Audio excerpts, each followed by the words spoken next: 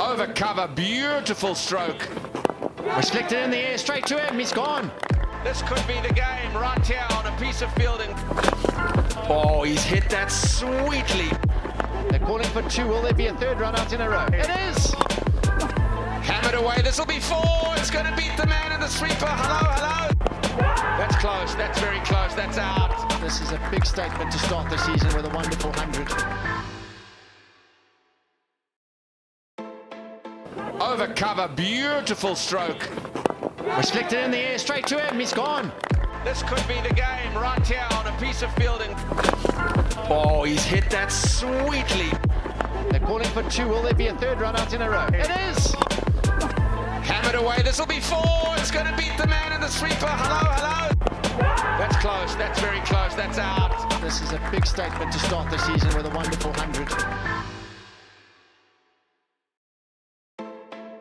Over cover, beautiful stroke. Was flicked it in the air, straight to him, he's gone. This could be the game right here on a piece of fielding. Oh, he's hit that sweetly. They're calling for two. Will there be a third run out in a row? It is! Hammered away, this will be four. It's going to beat the man in the sweeper. Hello. That's close, that's very close, that's out. This is a big statement to start the season with a wonderful 100.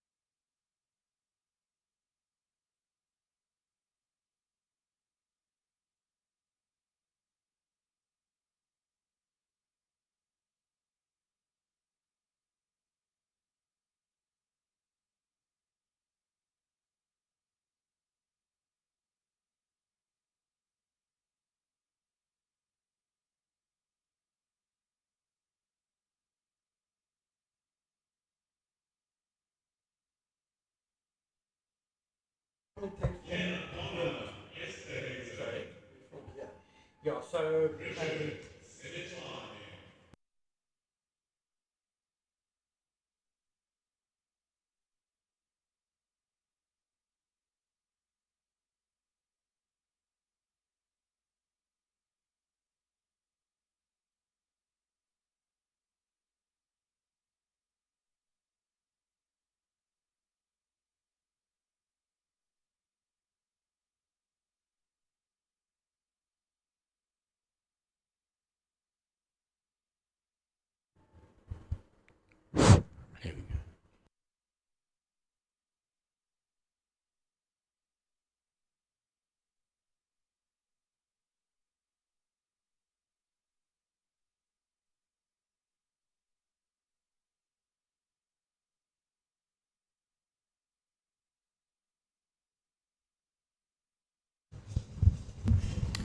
hello and welcome to the DP World Wanderers Stadium for this CSA One-Day Cup clash, and a big one it is, between the DP World Lions and the Goldrush Boland side.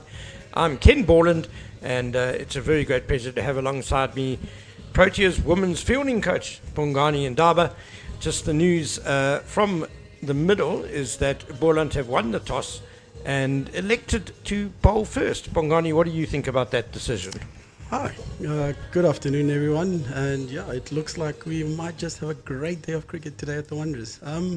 I think it's a very, very good decision based on the overhead conditions at the moment, and more than anything, trying to put that Lions batting order under pressure. I think they've maybe struggled in the last couple of games, so I think maybe more than anything a little bit more tactical from the Boland side, and maybe hopefully thinking about if it does rain later on, they at least know that the DLS, whatever they're going to be chasing, can be actually put out there for them.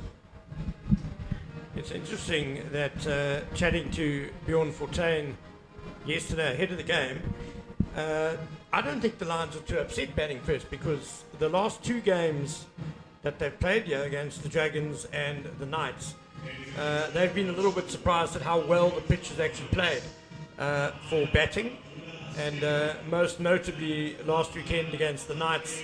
Knights batted first and really took advantage of great batting conditions to post a score which was insurmountable for the Lions. So very interesting to see if the visitors have read this pitch correctly, as we see the umpires and the teams now coming through the little guard of honour, the lovely band we have here at the DP World Wanderers Stadium. Team news: the DP World Lions are unchanged from the team that lost to the Knights last weekend, and 3 changes for the Goldrush Boland team. We see the regular captain and wicketkeeper Clyde Fortuin returning for Ethan John Cunningham. Grant Rudolfsson may well hang on to the gloves though, we'll have to see shortly. And Nathan Jacobs is replaced by the paceman, Akone Mnyaka, and left-arm spinner Siyabonga Mahima replaced by Keith Dudgeon. Bongani, 2 seam bowlers coming back into the 11. Absolutely, that's very interesting. And again, I think more tactical more than anything. It's going to be interesting how this first hour goes by. Again, having a look at how the Wanderers, DP World Wanderers has played in the last couple of games, I mean, it has spun a bit more than normal. So for them to go with 2 more seamers on this attack, I think it's going to be really, really interesting. Keith Dudgeon as well, he's a boy that's grown up here north. So, and the last time he bowled in at the Wanderers, he was wearing the Tuskers colours, and he ran through that top order of the line. So he's got very good memories of this. So hopefully today he can run in and put it out the display, because I'm definitely sure his coach Justin Antong is looking forward to seeing him run in here. Yeah, played a lot of cricket for Gauteng teams, Keith Dudgeon. And the Lions, of course, are also playing 2 frontline spinners, and the captain, Bjorn Fortuin, the orthodox left-armer, and Ngaba Peter, the leg spinner. So Keith Dudgeon is about to get us underway from the call-it drive end, and Wandile Mkwetu on strike with 2 slips, and the boundary fielders at 3rd man and deep square. And Mkwetu's underway straight away, a little bit off the inside half of the bat. Lovely shape already, huh?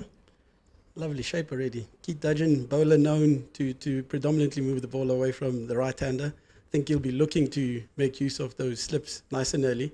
As I say that, the captain decides that it's not swinging that much, clearly. Well, maybe it's the change of batsman, Reza Hendricks on strike now. There's a fair amount of cloud around today in Johannesburg, but it is quite muggy as well, so that should assist a bit of swing.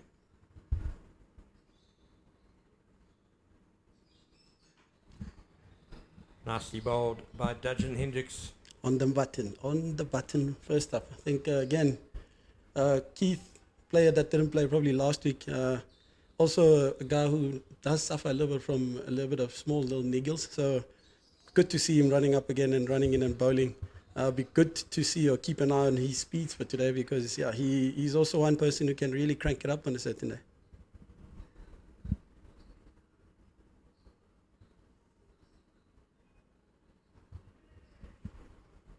Keith Dudgeon is turning 30 this year, so probably still got a bit of life in him. Definitely, yeah. think all those years mean experience, eh? If we take it back to, he did spend quite a few years playing for the Highfield Strikers here, he did hone all these skills back here at the Wanderers, so should be familiar conditions for him. Yeah, Dudgeon has been playing first-class cricket for more than a decade. Very seasoned campaigner. Just looking at the log positions going into this important game. Boland are, of course, top of the log. They've won 4 of their 5 games. And their only defeat came on their only previous visit up to the Highveld. They went to Bloemfontein and lost by 21 runs to the Knights. And this is their only other match on the Highveld in the round-robin stage. So they've certainly made Paarl a real fortress for themselves. Absolutely, absolutely. I think in this shortened version of the One Day Cup, you want to make sure that your home form is really, really good. You know, and if you look at the opposing side, how the Lions have gone about it, they probably have not been as happy with that. So it will be really, really interesting to see how both these teams match up here, because there's something to gain for both. Reza Hendricks just squared up a little bit by that late movement by Keith Dudgeon. It ends a very tidy first over by Keith Dudgeon, 1 without loss after 1 over. And just to look at the DP World Lions and how they've gone this season so far, you touched on it, Bongani. They've only won 2 of their 5 games so far. They're languishing in 7th position on the log. They're on 8 points, and really one feels that they need 2 bonus point wins from these last 2 round-robin games to make sure of ending in the top 3 places and then going into the knockouts. Absolutely. And I mean, Lions have kind of gotten this a reputation of a team that starts off slowly and then somehow picks up during whichever comp. But at the moment, I think there will be a little bit of worrying signs. There will be a little bit more stern conversations. And the dressing room will definitely be a little bit more nervous. So in saying that, again, I don't think it's such a bad call for the Boland side to have put them in, because, again, you're looking at 2 dressing rooms, maybe one that's confident lying at the top, one that's maybe not so confident. First delivery from Glenton Stearman, and bang on the money, first up. Glenton Stearman, again, another seasoned campaigner who has also played for the Proteas. A guy, again, who also has got great memories of bowling up here. I remember watching him ripping through also the Lions side and the Strikers at UJ. I happened to watch him take 9 out of 10 wickets. So he's also got, again, great memories of bowling up north. And yeah, it should be interesting to face him in these conditions. Firm drive from Makwetu, but he can't beat cover point. Glenton Stearman, the sort of bowler that if there's anything in the surface for seam bowling, he definitely can take advantage. He's had a good season so far in the CSA One Day Cup, 7 wickets in 4 matches at a really good average of 11.85. Most of that success, of course, came in 1 game when he took 6 for 18. Nice little back foot punch that from Makwetu there to slide off.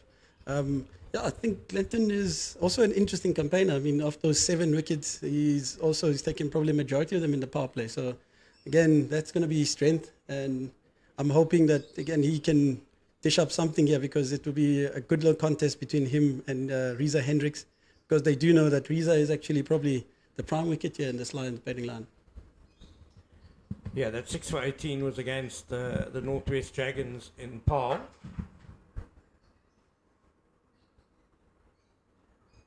Nicely angled by Reza Hendricks down to third man. I think someone like Glenton Stearman, who's kind of around the fringes of the Proteas team, bowling to someone like Reza Hendricks, I think would give him sort of extra motivation, don't you? Just because if he can show that he can get really good players out or keep really good players quiet, it's the sort of thing that does attract the attention of the selectors.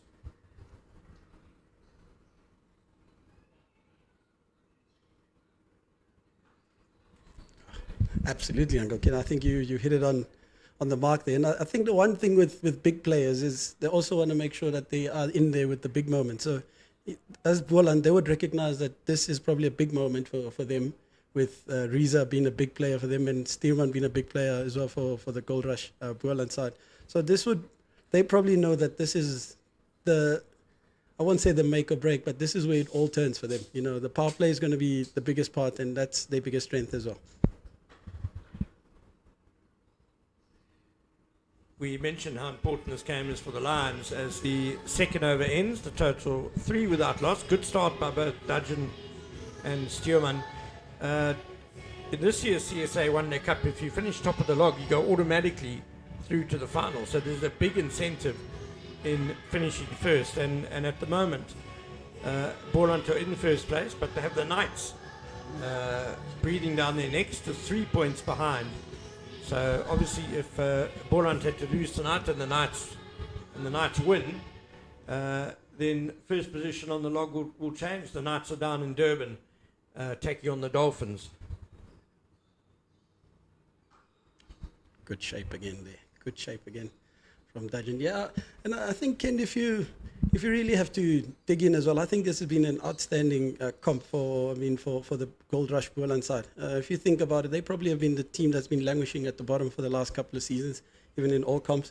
For them to have really come out and done something this spectacular in this One Day Cup should bode a lot well for them.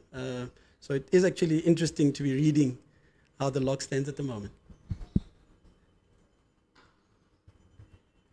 I suppose the big test for Boland, just as it was for the Paarl Royals in SA20, is how they can do up on the half-out away from the coast. Yes, I think you've hit that on the mark. And if I go through just their lineup quickly again, I mean, you look at your Roelofsen is probably the only player who I could say, him and Dudgeon, the only players that probably would have spent quite a long time up in the north here. That one is going to be runs. Good bit of fielding to make sure it's just one, but Riza Hendricks doubles his score, goes to 2, joins Makwetu there. Great little shot then from Riza again. Again, he's known as Flay in that change room. He's a player who makes everything look so much more easier. So again, look at that great position, hitting the ball nice and late. Again, of UM Kichima, it's a great little stop from him. So that's good support for his bowlers. Again, the handsome drive, and this one's gone through the inner ring. Gajima's in pursuit. He will haul it back, but it's going to be a couple of runs for Wandile Makwetu. I think that's, if I'm Keith Dudgeon, I probably would not be so disheartened by that. I think that's nicely on the up there, a little bit of movement. So again, Keith, if I'm him, I'm hammering right on that, over that off stump. And if anything, I'm probably reinforcing that offside, because it does look like a wicket that might maybe earlier on be a little bit more tacky, and then maybe later on maybe bat on or run on a little bit better. Well, you were surprised that the one slip went out. He went to a very straight catching mid-wicket, and he's now gone across to a shortish cover. So that does suggest that Clyde Fontaine thinks that the ball may stick a bit off the surface. We could get a drive lofted to the close catcher. Absolutely. Again, even with these conditions, I mean, that the Wanderers is traditionally known as a wicket that gets better and better as the day goes on. So if anything, you're probably looking to get everything out of that new ball. So if there's going to be opportunities or anything, it's got to be over the next 5 or 6 overs. Again, nice swing from Dudgeon, but a well-judged leave by Makwetu to end the 3rd over. It's 6 without loss. I think the Lions may be also taking a bit of a leaf out of the Knights book, the previous game, where the Knights batted quite sedately for the first half a dozen overs or so, made sure they got in. Someone like, Jacques Slayman only had 15 runs in his first 30 balls or so. And then they started accelerating. They made sure they didn't lose more than just the 1 wicket in the power play. And it really set them up for a big score. Clinton Stearman to continue from the golf course end. Beautifully bowled, the edge is found and taken at first slip. It's the end of the big wicket. Reza Hendricks gone for 2. Gee, that's a pitch that. I would not be liking to receive that as my 5th or 10th ball of the day. But as we said, if there's anything that's going to happen, it's going to be early. As we look at this replay over here, look at that. Top of the stumps, not moving too much. Small little shape away, nick off. And that's straight to Gavin Kaplan. Safe hands of Gavin Kaplan at first slip. First wicket down. And the Lions find themselves in the familiar position again of being an early wicket down. Difficult when you've only faced 10 deliveries, but do you think, Bongani, that Reza Hendricks could have saved himself with perhaps more precise footwork, more confident footwork? Reza has always been known as a person who does give you a little bit of a chance early on in his innings, and if anything has to do with maybe this, because Steerman does have a little bit of a wool over Reza. I mean, back in the days when I spent a bit of time in the Lions change room, he did give him a lot of trouble. The ball running back in towards him has always been something that Reza has struggled with. And if maybe I go back to the career dismissals, I should actually go back and have a look at that, because I do think that Lenton Steerman does have a little bit of a wool over Reza Hendricks. Well, he's certainly a quality bowler, Lenton Steerman, and just getting enough off the surface there to claim the big scalp of Reza Hendricks. It's very much in form Zube Hamza, who is now coming to the crease for the Lions. And also not a bad player to be replacing the player that's walked off. Hamza as well, I think technically one of the most astute players. He's probably not the worst person that you want to be walking in these conditions with the ball maybe moving around a bit. He's probably the guy with probably one of the better techniques to deal with whatever's going to be happening over the next bit. So it will be, again, interesting to see how the Lions are going to go about the next couple of overs again.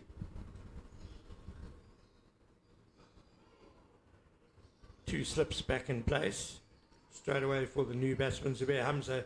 He's been the Lions' leading run scorer in this competition so far, 213 in 5 innings. He's been their most consistent batsman as well, probably. Made a couple of half centuries, and the other knocks have been 30s and 40s. Yeah, he's a proven performer, he's a quality player, this Hamza. And today the Lions need all of him. He's off the mark with that deft little steer down to third man. If you can criticise a man who's averaging 42 this season at a strike rate of 80, it's maybe that Zubair Hamza hasn't kicked on. His highest score is 68. And in fact, the Lions batting lineup in general haven't really posted those big scores. Their highest individual score this season is 94 by Reza Hendricks against the Titans at Centurion.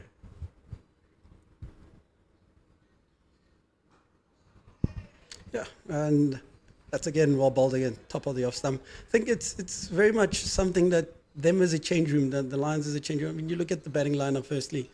They do always have a few players that they probably are giving exposure to. So maybe as a batting unit, they probably have not scored the big runs, but as maybe a philosophy around the thinking, if I could go anything about, to see that they're giving a little bit more exposure. I mean, Makwetu is normally a middle order batter. To see him getting a little bit more of a longer run up at the top, it's been really, really good. Really, really good to see, as again, Steerman as tight as what he is, giving nothing away. And I'm hoping that again, Wandile knows that it's almost about time now that he repays that faith, because Coach Russell is looking at that log and he's itching, and the rest of the batting lineup is also thinking maybe it's time we repay the coach as well.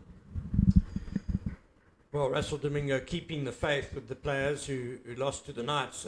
If the Lions lose today, that's pretty much them done. Nicely driven through point by Makwetu, and it's just going to beat the fielder away to the boundary. First boundary of the match. Oh. Really well played that from Makwetu. Again, that's by no means a half volley. That's really nicely played on the up. Good little legs, open in the face nicely there as we look again there. Using that top hand to make sure that he stays on top of the ball there, and then he just squirts it between extra cover and cover point and point there. So it's a great little shot from Wandile. Yeah, you had to reach for it a bit, but controlled it quite beautifully. And it's still been a very good start with the ball by Boland. It's 11 for 1 after 4 overs. As Keith Dudgeon will continue from the corner drive end. Still with that short cover in place and 1 slip.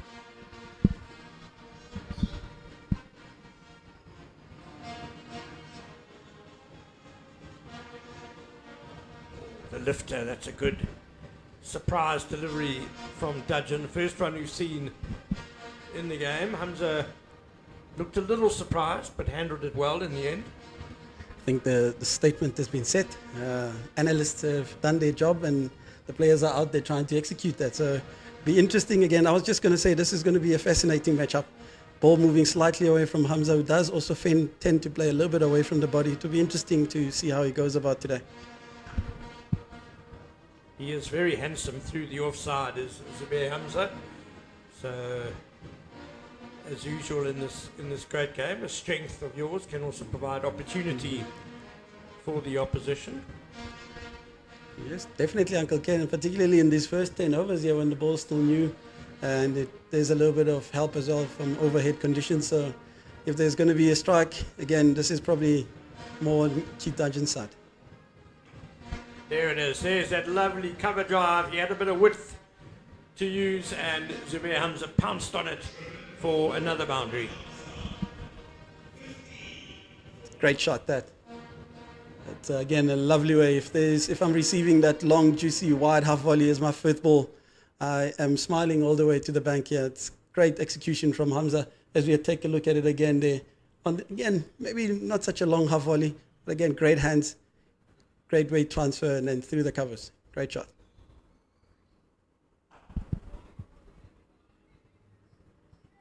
Yeah, he did well to, it's quite a tightly packed offside field there, especially with the short cover cutting the angles. He did really well to get it through the gap there. Also Hamza, pro tier as well. I think again, quality player by his own right as well. So again, this is, again, by no means an easy fit, but it will be interesting to see how much pressure he puts on himself to carry that batting order, particularly having them losing Hendricks, Dom Hendricks on loan to the Knights. So losing Vian Mulder, who again last season was one of their leading run scorers. So a lot of the mental and everything has fallen on top of him now. So. And as you said, he's probably gotten a couple of 60s and he would love to convert a couple of those. No Rassie van der Dussen, no Ryan Rickleton either. And they've also got injuries in their bowling department, the Lions, most notably Luto Sapamlo, who's been in fantastic form this year, and Tsepo Moreki. It's 15 for 1 after 5 overs. That is a great little observation because I was trying to have a look at the difference of the Lions side from last season to the Lions side this season, and the biggest part and at the Wanderers, your bowling is probably your biggest strength. In as much as you bat well, every side that bowls well at the Wanderers is a side that actually ends up on the right side of the result. So it's actually interesting that you say that. Oh, Makweta's just managed to get that one to ground just before and wide of slip. But a streaky boundary for the wicketkeeper batsman. I think Wandile, they will claim that he had soft hands right on top of the ball. As again, we'll have a look at this. Again, this is a live of an opening batter. It comes with the business. It comes with the job description. So it's again just about you making sure that you can really focus and switch on and off onto the next one yet again. So great soft hands from Wandi. 4 runs. Take it, my boy. I've changed my mind a bit since watching that replay. I think the Mokwetu deserves a bit more credit.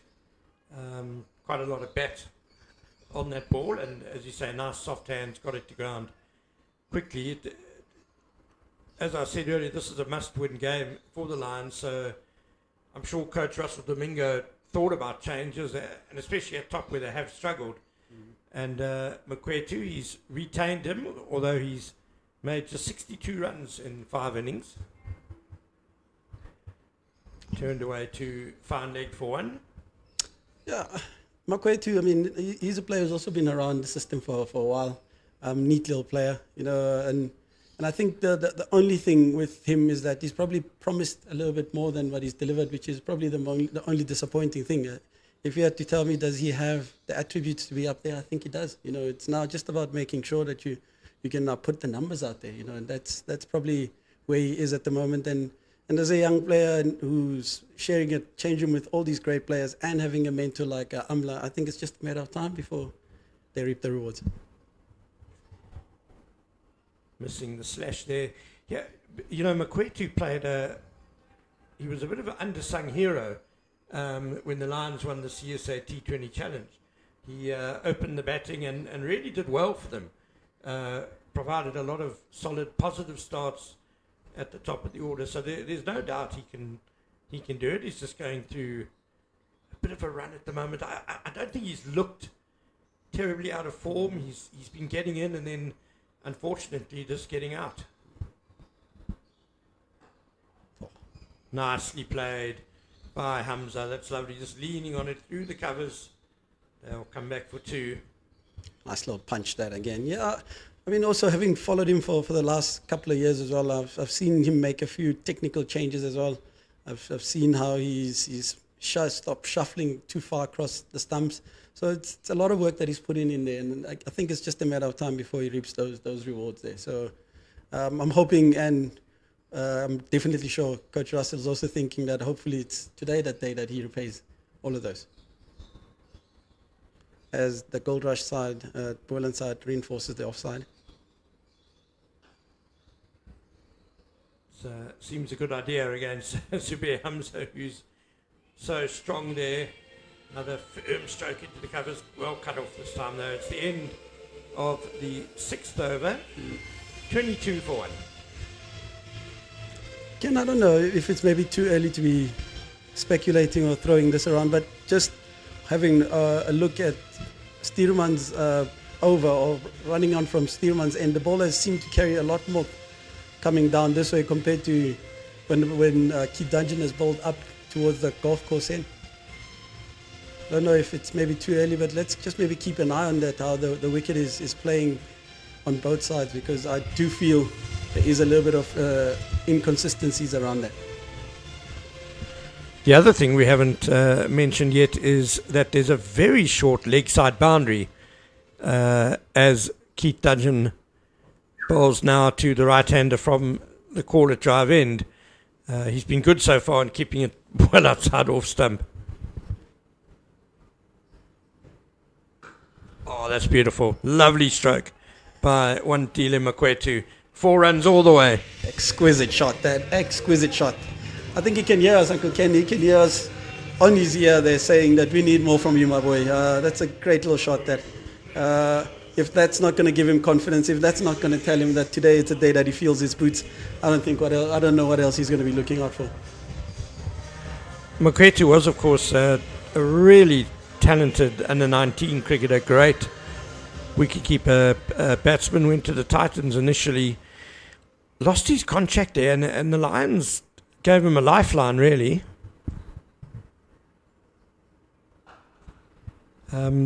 He was nearly kind of lost to professional cricket, in fact, Wandile Makwetu, which I think would have been a great shame. It's really great to have him back in the system, and I'm sure he's going to flourish here at the Lions once he just gets through this little awkward patch.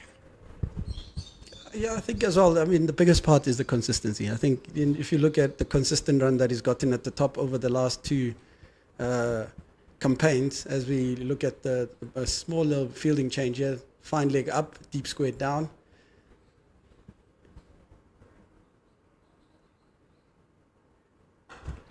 And driven through the covers again by Makwetu. I don't know if it was meant to be a double bluff by Dudgeon, but Makwetu was onto that full wide delivery in a flash. That is a great response from the young fella there.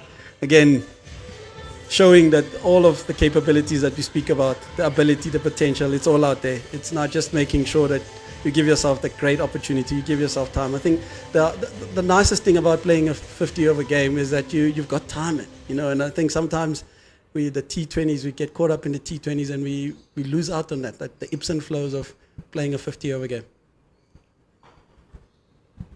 Well, it was a misfield by the short cover. It's going to allow at least one run, and they're coming back for the second. That's a silly little misfield that from young Grant Rulofsson as well there. Normally behind the stumps. He probably is going to be looking at saying it's one of those used wickets in front of him. Something's hit somewhere. But those runs can come in handy. I mean, having a look at the last couple of games, it's come down to small margins, and these small margins, you find them all in the field, I believe.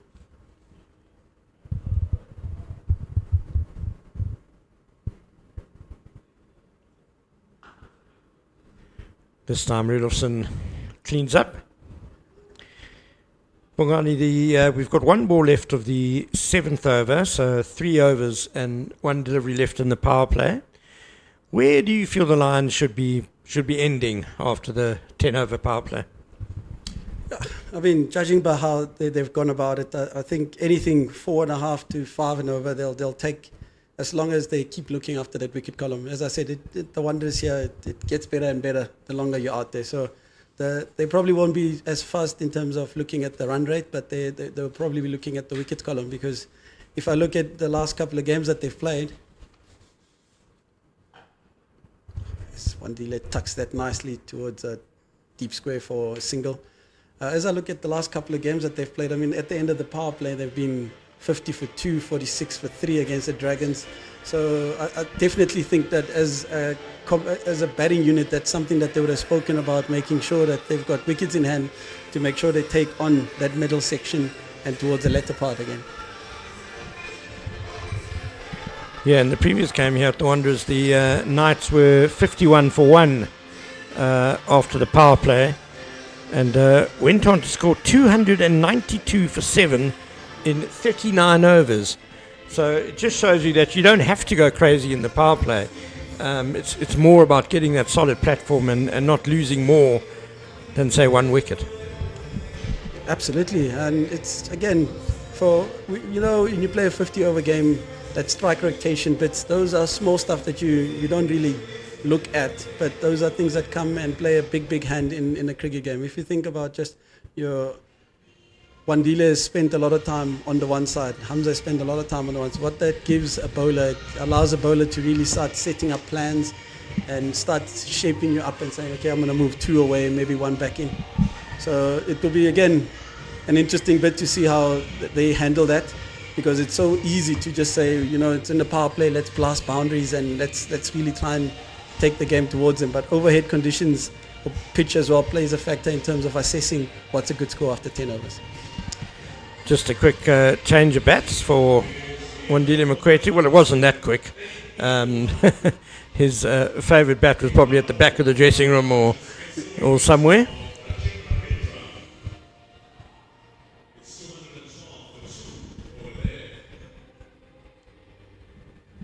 I don't know. I've always thought changing bats in the middle of your innings is also not such an easy thing to do. So it will be interesting to see. Slashed away behind square, and that's going to run away for 4. Oh, he likes the new bat. That's a great little answer, that. But I think he might be calling back for that other bat. That one didn't fly off as much. He can't make up his mind at the moment. Yeah, he's calling. I think he wants a different grip.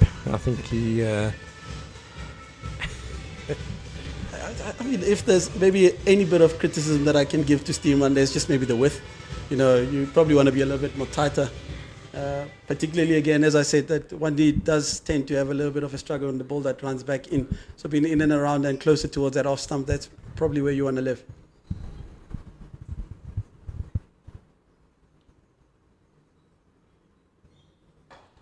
Oh, he was onto the pull, but late on the shot. And fortunately, it went to ground to mid-on. the man skiddy little character as well. I mean, I think he might have a nippy bouncer. He might look like he's an oak who runs up there and just devil dobs his tie and nips it in and out, but he does have a really, really naughtily quick bouncer. So, and again, up at the high field, the wicket does allow you to do that. So it will be, again, good to see how they use that, because you don't want the batter camping on that front foot.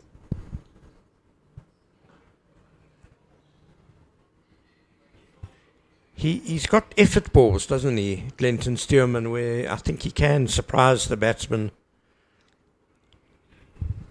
Definitely. And he's also got these magic spells in him. You know, he's one bowler that could rip through an attack or batting unit very, very quickly. So, again, the Lions have had an experience of that, and I'm definitely sure they've got plans in place to really try and counter that as he runs in again from the golf course end.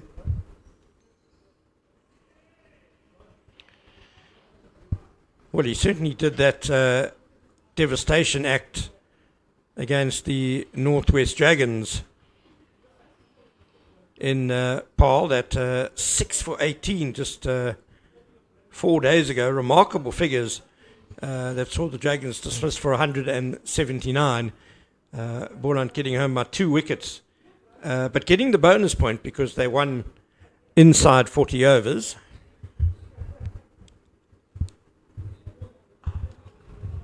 That's well bowled that. That's where you want to be. Again, maybe we also need to just give as well that recognition to this Goldrush Boland bowling attack. I think they've been really disciplined this season, and where they find themselves, it's as a result of that. I think they're probably the team that's taken the most wickets. Yes, they probably haven't chased the big totals, but they found a way to regularly keep striking, which again is the biggest part. If you're taking wickets, you are in control of that run rate, and you're always going to be in a position where you can control the result as well. Thoughts of a single, but mid-on quickly across. Yeah, so kudos to head coach Justin Ontong and his assistant Henry Williams, who I'm sure will be looking after the bowling. Henry, a former Proteas paceman himself. It's 37 for 1 after 8 overs. Decent start. I think up at the Highveld, having 1 wicket down. If I'm sitting in the Goldrush Boland side, I'm looking at Riza's wicket as 2 wickets for me. So that's a big wicket, you know. So I think as a bowling unit, if you had to say to us the Lions are going to be 50 for 2 or 50 for 1 after 10, I would have taken that with Riza sitting in the dugout. I think they probably would have gladly taken that. But over the next couple of overs, they probably are going to be looking to try and push on and finish up this power play on the higher as they make their first bowling change with Aya Kamani coming in from the Collet drive in. He's the ultimate and skiddy fast bowlers, Aya Kamani. And this is a ground where he's actually produced some really good performances here at the Wanderers. I've seen him destroy a couple of teams when he gets on a roll.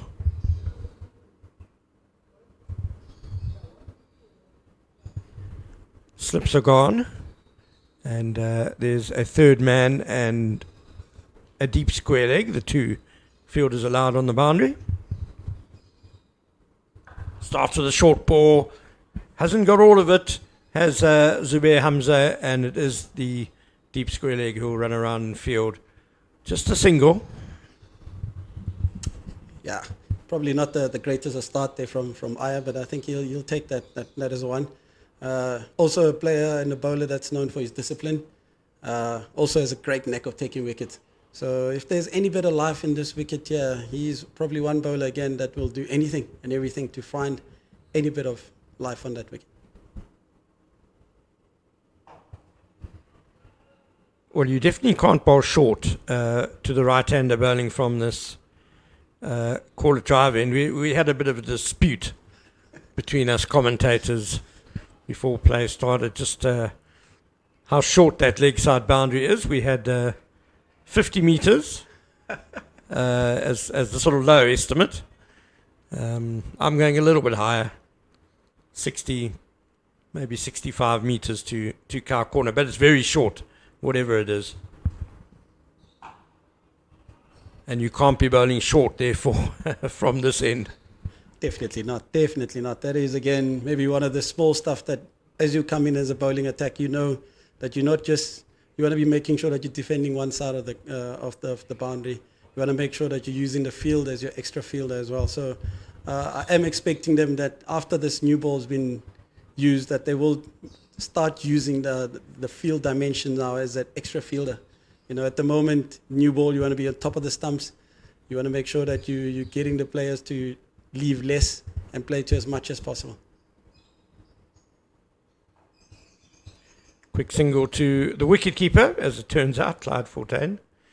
Kamani has replaced Keith Dudgeon, who I thought did a pretty good job. 4 overs for 19 runs. Just conceded a couple of boundaries towards the end of his spell to Makwetu through the offside. Yeah, probably towards the end of his spell, they were starting to search a little bit. You know, ball did start moving a little bit. So again, that's the number one sin for fast bowlers. You give them a little bit of a hint, they want to take the whole thing. So he probably got a little bit greedy, and the captain decided, maybe let me pull him back and hold him back for a bit. Popped up, just a couple of bounces before mid-on, who then misfield, so they'll get the single. But there was certainly at least one exclamation from the field there about a possible catch. Yeah, and I think it goes back to what I was saying earlier, that as you're bowling up, going up this way, it does look a little bit more tacky compared to the other side. It does look like it's not going through as well as what it normally or usually would do. As you have a look at this replay again, bat does turn in the hands a bit. But yeah, I think just keep an eye on that in terms of how the wicket behaves. Mistimed back foot drive this time by Makwetu, and that ends Kamani's first over. It's been a pretty tidy one, just 3 runs off it, and the DP World Lions are 40 for 1 after 9 overs. So we have the last over of the power play coming up. And this will be a decisive one again. As I said, if I take 40 or 45 for 1 as a Lions batting unit, I'm okay with that. But if we lose a wicket in this last over, really trying to search for an extra 3 or 4 runs, I don't think it's really worth it, particularly knowing that we're setting a target and we know it's going to get better and better the later we bat. Dead right Bongani, and we can see Zubair Hamza still pretty watchful there against the wily Glenton Stearman. It's been a very, very disciplined start from Glenton as well. I think he's shown all his experience and he's shown what he's all about. I mean, staying on top of that off stump the whole time, and you can see the reason why he's gone around and been successful, because he's managed to keep things so simple.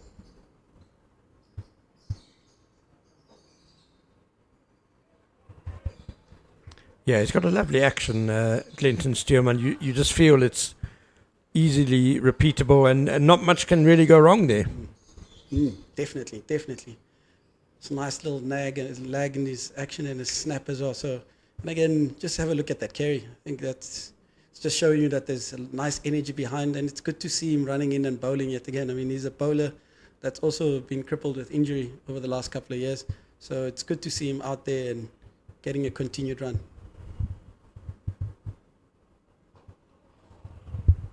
Nicely bowled again. Just the suggestion of some late movement there, by the way. Hamza was squared up a bit.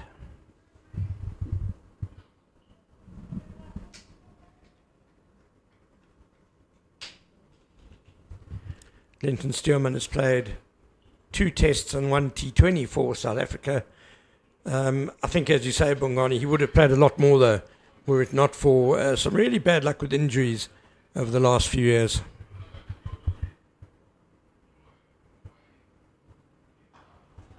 It's beautifully timed by Zubair Hamza. Lovely shot. And 4 more through the covers. It's a glorious cricket shot, that. That is a glorious cricket shot. If you want to know what is a front foot punch through the covers, that's how it looks like. That is elegantly played by Zubair Hamza. As we have a look at the replay yet again there. Top of the bounce. Good bat presentation. Boom, through the covers. 4 runs. Great shot. Put that in the coaching manual. Do they have coaching books still? Everything online now, surely? Yeah, those days are gone. Those days are gone.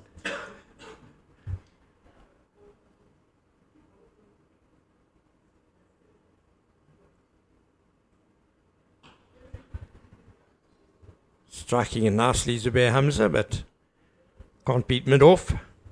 But yeah, again, great lines again there. I don't mind that from Stuurman there. Again, he's in the right channel, asking the right questions. And so far, Hamza has had all the replies. So it's a ball left in the power play, yeah. I think Stuurman is backing himself to just maybe take one more with him outside this power play.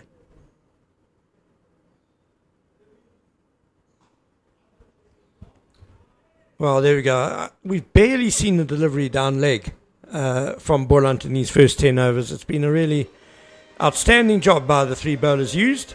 The DP World Lions ending on 44 for 1 in the power play. And that's also the end of my stint. And Gert Maloney, we welcome. He'll be joining Bongani and Daiba.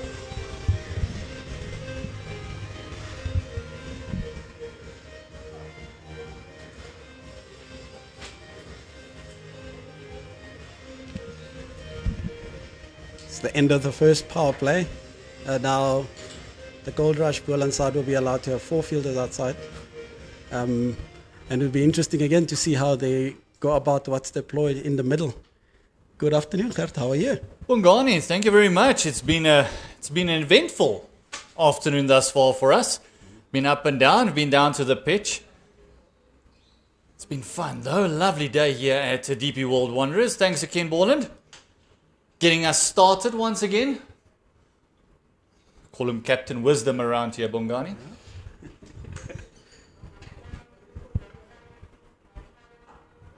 Still very much watchful is the batters. I think there's just something in this pitch for the bowlers if they actually run in and hit the deck.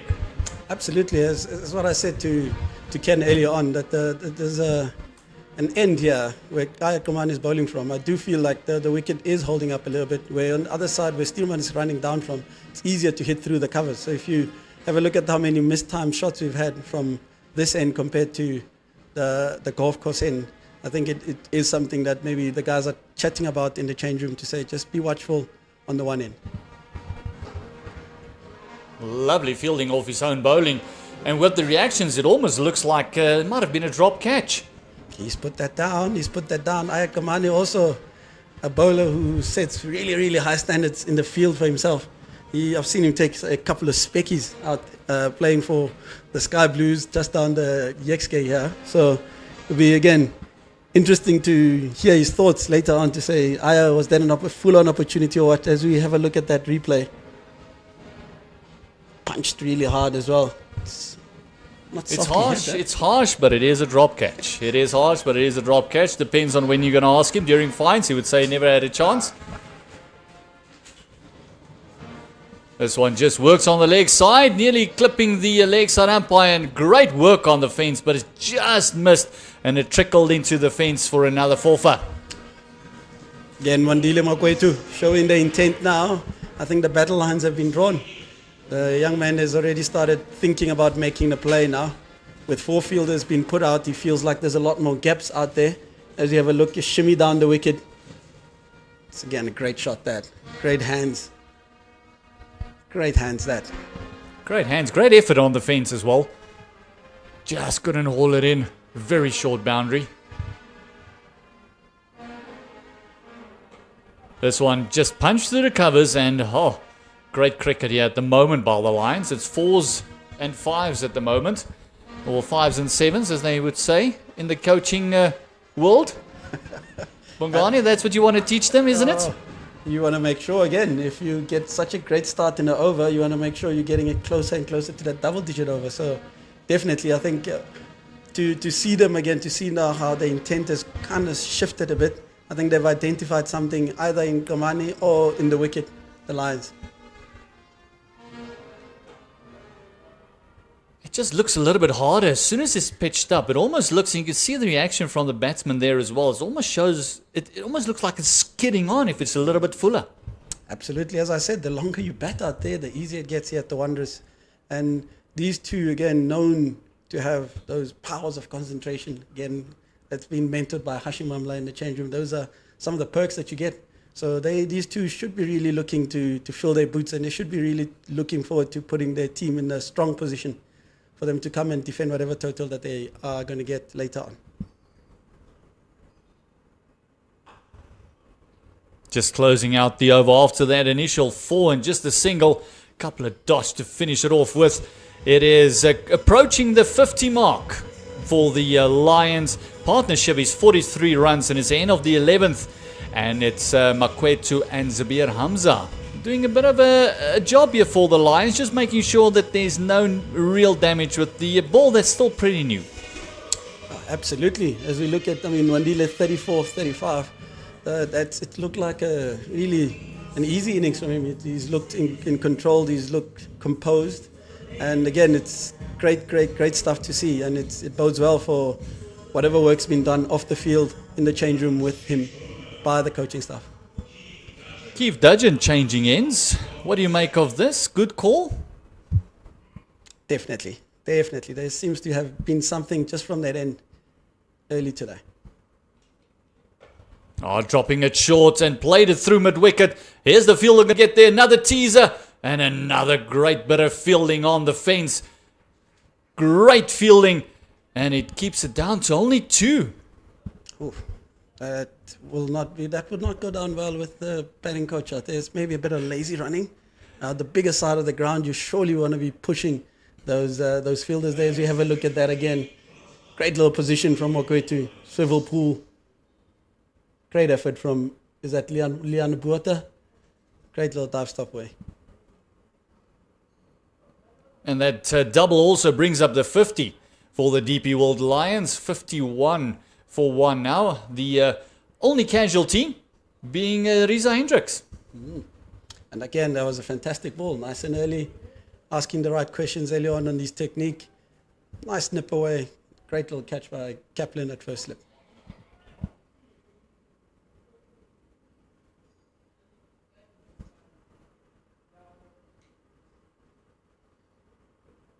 Oh, what a delivery that is. Just feeling for it.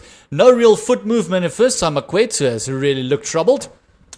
Yeah, it is. And I think Keith Dudgeon is going to get into his work now. I think that first one was a little bit of a lazy ball. As we have a look at this, it should nip away again with that action. Oh, so bowl that. Get a slip in there, surely. Probably will be the conversation he has with his captain next to him. And again, if you look at it, we're playing 3-4 strips closer to the end. Is a bit of a slope. Surely you throw in the first slip. You can see Makwetu is playing that one very late. He wants to really hit it on top of the bounce and no real effort. The only thing that could happen is he might guide it down to third man. So I agree with you. Maybe get a slip on maybe a 1.5 even there.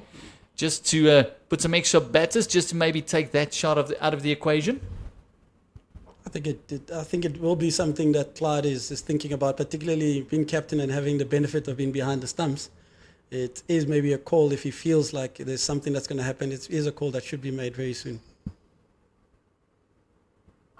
This one short, 1 bounce to that fielder out there. Oh, the biggest part of the boundary. Bowler not happy with that effort. Well, they never are happy, all the fast bowlers. They feel that every single man in the outfield should be having a bit of a red cape. Superman dives everywhere. That was about 5 meters short from that man. Definitely. But again, I'm with the bowler on this. It does take a little bit of effort. Give a guy, cut the work some slack. Be 10 meters in, it is a longer side of the boundary, surely. Again, just back to his length. It looks like that short ball is just going to be a bit of a surprise with that man at deep square. But it's the end of the 12th over. It is 52 for 1. And this morning early, Goldrush Boland won the toss and they elected to field. This afternoon rather. And when we were out there, it was still very overcast. There's a little bit of dark clouds around. That could have influenced their decision. And then all of a sudden it started opening up. Absolutely. I think that is something that would have played a big role in terms of that. And also the forecast that says that there might be a little bit of an interruption. So again, batting second when you know what you're chasing is probably the easiest bit. And they're also not a side that's really scored a lot of big runs. You know, their strength is really their bowling. So they're hoping that they can restrict and really hold this batting unit from the Lions just under par here at the Wanderers. Just straying onto the pads. Heard two noises there. What's the umpire going to say? Yeah, but a bat involved. We'll give the batter that one. There we go. There we go. Yeah, again, it's been pretty good to see in terms of just the discipline of the bowling attack, how they've stayed on the stumps, and they've really tried to make sure that the majority of the balls that they've bowled are in and around the stumps. They've set a field according to that, and it's really been easy and really good to see. It's been really great execution.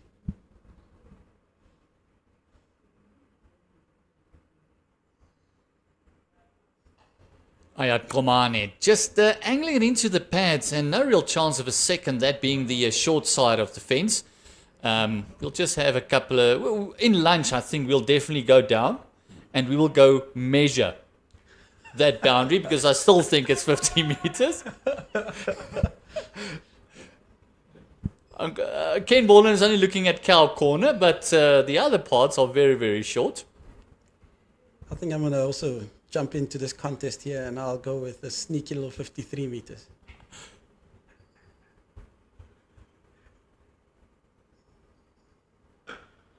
Oh, showing the maker's name. Looking very comfortable, Makwetu. There's only that one delivery in the beginning of his innings as well. When the feet isn't moving, that's when he looks vulnerable.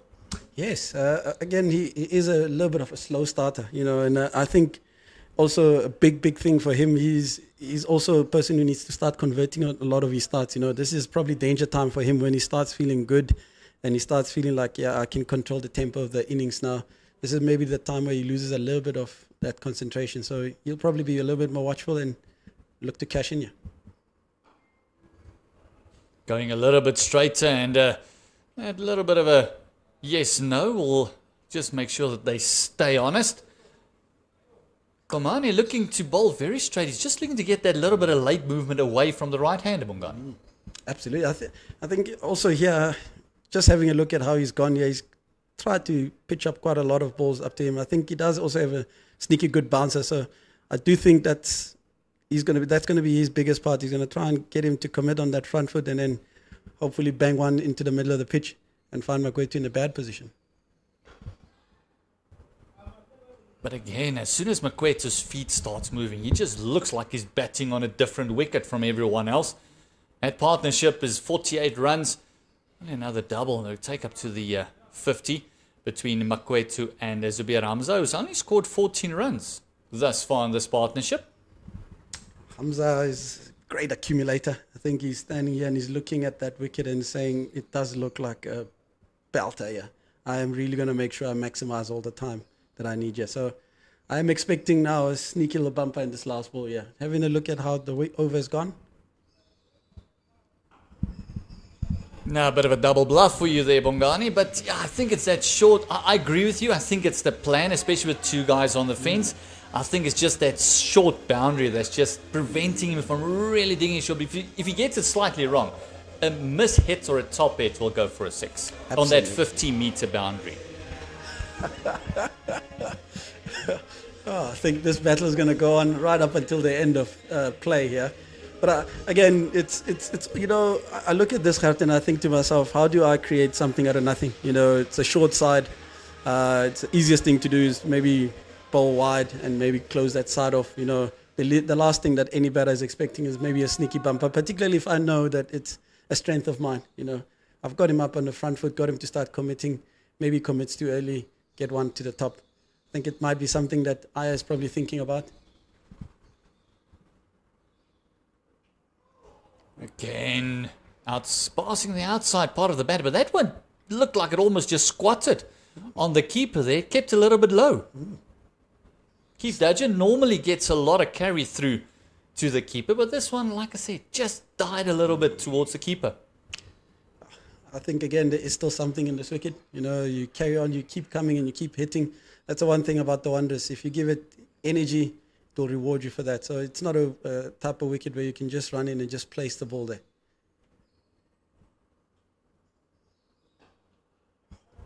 A lovely shot through the covers and good fielding there. It looks like the captain. Who's that there?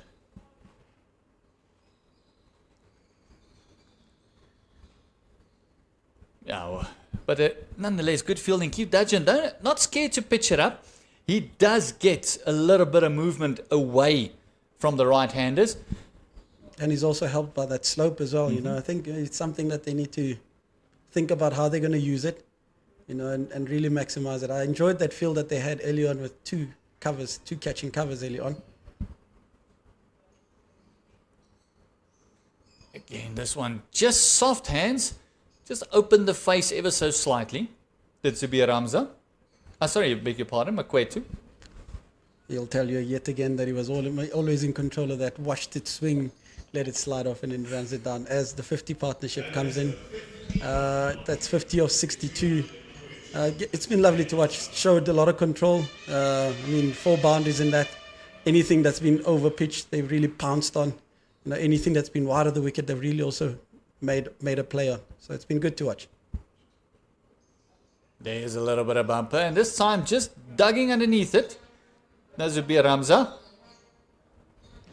Yeah, and the senior man, as I said, he is looking at this wicket and thinking it's a belter. I am not going to be doing any unforced errors here. I am really making sure that if there is an extra 80 balls here for me to face, I am definitely facing. If they give me 100 balls, I'm facing all of them. Yeah, Zubir Hamza due for a nice big one after the early departure of Hendricks. Again, pitching it up nicely. Hendricks gone for 2 after facing 10 deliveries. Didn't really look comfortable this afternoon. Yeah, as I said, I think Reza has got always susceptible to that swinging ball every single time. As classy as he is as a player, we do know that he does have that slow start, you know, and anything that runs back towards him does give him a little bit more sleepless nights than anything. So, as I said, I need to go do my research in terms of Steerman, but I do believe that he's actually gotten him quite a few times. And it's very surprising as well if you just look at the field. Apart from Steerman gets him, if you look at Dudgeon, that is into Hamza now. That is also someone that's clipped Hamza once or twice as well in the past. And it's the end of the over. It is 14 gone. It is 56 for the loss of 1. And I was just going to say, on that field, if you notice that cover is actually very short in. So they're just expecting the ball just to maybe stick a little. And it might even be early on the drive, some of these batters. Absolutely. I think it's also an indication of how the wicket is playing. They do feel like maybe it's a bit too paced, you know, so you can't really trust the pace of the ball, so the pace of the wicket at the moment. So I think they will be playing around in that. And that's why maybe the Goldrush Boland side has been so disciplined in terms of holding their length. You know, and I do feel like Aya does need to do something in terms of looking after that fuller length, because that's where he's probably going to force the error in. But how Wandile is batting at the moment, he feels like he knows where the ball's going. He's probably even batting outside his crease because he knows where the ball's going to be. So, a little shimmy down. He's already outside his crease, and just 1 or 2 steps down, just to trying to upset the length of the bowler Komane there. But I also think that he's trying to upset the length because he's actually eyeing up that mid-wicket fence, maybe. They've got 2 men out on the fence. It's a long leg and a deep square in front of square, but no one at deep mid-wicket. Yes. And again, I think with the slope, again, they are really trying to play around with it. So I will be trying to say maybe nip it in and then off the slope, hopefully Jack's back as well. So there is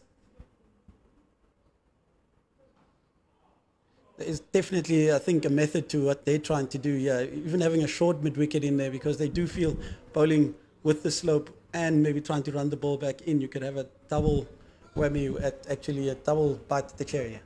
And also bowling with a slope, it does change the batter's angles a little bit, doesn't it? Because it comes in a little bit more than expected. It does a little bit more of the deck. So the angle you're trying to hit does get influenced quite a lot, Bongai. Absolutely. And I think Makwetu's done really, really well here, hitting mid-off most of the time and avoiding going past extra cover because the ball does run back towards him. There's the one just trying to flick it off the pads. But also, I think the big question is, why haven't they walked over yet? And that might be why the Goldrush Boland is bowling wicket to wicket. Because if you're going to move across your stumps and all of a sudden with the slope coming in, if he's going to hit you on your pads, it's gone. But if you can see him just moving there to middle. Just see there's a little bit of extra movement in towards the batter. Definitely, and I do feel, and the sense is that Makwetu is really trying to transfer that pressure onto Kamani, because over the last couple of overs, I've seen him come a little bit more than earlier on. I mean, earlier on he was a bit more restricted. This time a lot fuller. Very happy to give them the one. At the moment, the run rate is not really a bigger concern for the Goldrush Boland. The fact that they only picked up 1 wicket would be the concern for them. Busy with the 15th over, only the 1 wicket of Riza Hendricks, and the run rate's going at 4s. Yeah, I mean, I'll say jump in terms of just the run rate there. Looking at that batting lineup of the Lions, I think they want to just set it up. They've got a strong middle there with your Delandos, your Jones, Connor Esterhuizen. That's a nice little middle order there that's still yet to bat on this. So they know that they're just pegging up and setting up shop. Oh, what a delivery! Straight through him. Zubir Hamza, the ball just nipped into the right-hander. No real foot movement. And it's wicket time for the Goldrush Boland. It is toil, ball after ball. He's been in there asking questions. And as we look at Aya coming in again, I think just again, swinging back in off the slope, middle stump, out the ground. It's a great sight for any fast bowler. Lovely sight, and I actually thought he didn't move that much, but it also almost looked like he planted his foot, and then that inward movement just got in between bat and pad, and finally the second wicket for the Goldrush Boland, and a man that's deserved it, Komani, who's bowled brilliantly and asking the questions every single delivery. There's not a lot of deliveries of his that's actually been left alone. Every single ball, I think, has been played at. He has been good, and that's discipline. And that just means that, again, those are guys that have played and have trained and have done this year in, year out, season after season. This is what you call a seasoned campaigner. You know, if I'm any youngster in Boland, this is the person that I want to be right across. This is the person I want to be learning from. Mitch van Buren comes to the crease. He's got a healthy average of around about 47 amounts, 46.7. Proper player. And that's what you mentioned, is that they do bat very deep, does the DP World Lions. Absolutely. And again, let's take a look at this replay yet again. Just have a look at that shape. Look at that. Just runs in between bat and pad, stumps tumbling. It's a great sight. Great sight. I think I will be running back telling the guys that was one of his 148 boy. Well, that swing from our third man to fine leg. Yeah, Mitch van Buren as well is a quality player as well. Not a bad high score of 200. I mean, that happens often, I guess, in these. It happens every single day, scoring at 200 in the list. Imagine. Also, great little player who's grown up in the Highveld here, spent a bit of time at the Titans, the Northerns, trying to make it through that setup, came back here, and again has never looked back. Yeah, still a very, very young man. 27 years old. I say young, that's normally the batting maturity that coaches talk about, between the ages of 26 and 29. Because you really start understanding your game and what you need to do and what you bring to the team, your limitations, your weak spots. But he's into to face a rampant Komani. Immediately pulling the length back for the new batter. It could just be a bit of a setup. Again, as I say, I think the teams these days do a lot of analysis, you know, so there could be something. Mitch does also try just play a bit away from the body early on, so might be a deliberate ploy just to get him fishing just outside a bit, or again, just get him to not understand that this slope here is really a big slope, so give him a little bit of false security and then come back in the next set, run at these pads again. He has had a decent CSA one-day cup against Province. He scored a 48, 16 against Titans. Northwest, he scored his first 50 for the season, and then only 10 against the Dolphins, and then 54 against the Knights in the last encounter. So he's been amongst the runs. Definitely, and you'll probably be looking at that, as you said, that maybe be a little bit disappointed in terms of his conversion rate. Again, a player who really prides himself in putting big performances, you know, so again, we look at the side and the players that they've lost. great opportunity for him to become a senior player, great opportunity for him to become one of the leaders in the side. And the only way to lead is with your currency's runs, and I think he'll be looking to put out a performance again today. The left-armer comes into the attack. Akona Mnyaka immediately conceding a run, and Makwetu, again, he just looks so comfortable. That was just drop and go. And his 41 has only come off 51 deliveries with the wickets falling around him. Yeah, he's held it together. He's batted really nicely, showed great composure, and he's shown great understanding. He's really put his heels in, and he's looked like he's a person who wants to bat deep and really, really put a solid foundation for his stroke players that are coming in the middle order. So it's been good to see. It's been good to see that he hasn't taken soft options in terms of maybe force a play, but he's really tried to absorb the play as well. Just a little bit short. Going to that big part of the fence. He's got his long leg on the fence as well as deep square. Looks like the square is just behind. And yeah, he has soaked up the pressure, hasn't he? Even in that 50 partnership with Hamza, he was the main contributor in that partnership, and it looked so easy. Cricket comes so easy to him, and I think that's probably one of the most frustrating things when you sit at home and you watch him play and you look at maybe stats that they don't actually show off how good this young kid can be. Guided down to third man. Van Buren comes off, I beg your pardon, Van Buren comes off a little bit of form as well. And it's almost the same story with the two of them, is that conversion rate of really kicking on and having that 1,000 to 2,300 run season. It is, and that's what separates you from the Gunnocks. That's the difference between your good players and your great players. It's the ability to really, when it's time to cash in, it's time for you to take us over the line. You go off and you do it. I mean, I think 2 games ago we saw it from Virat in the Champions League, in the Champions Trophy. Yeah, it's the big players normally are there for the big games. Even a man like Steve Smith, who hasn't had a lot of form, all of a sudden hitting a bit of form. But for those who've missed it, it is the first semi-final. Oh, sorry, the final will be India. And South Africa is playing against New Zealand at the moment. We'll give you an update on that and some of the other games that's going around in the country as well.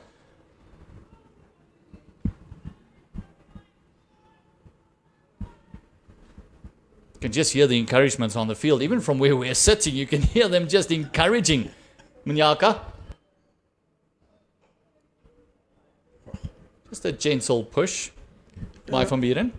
Akona will probably be a little bit disappointed in how he started in this first over. He probably would have liked to be a little bit more tighter, over the stumps. Every ball has literally been almost a single, and I've always spoken about any bowler wants to have at least 3 or 4 balls at the same batter for you to really start saying, okay, this is what's happening, this is how I'm setting an oak up. But if guys continuously just rotate strike against you, it also doesn't give you that, that little bit of confidence for you to settle into a good right rhythm and line and length.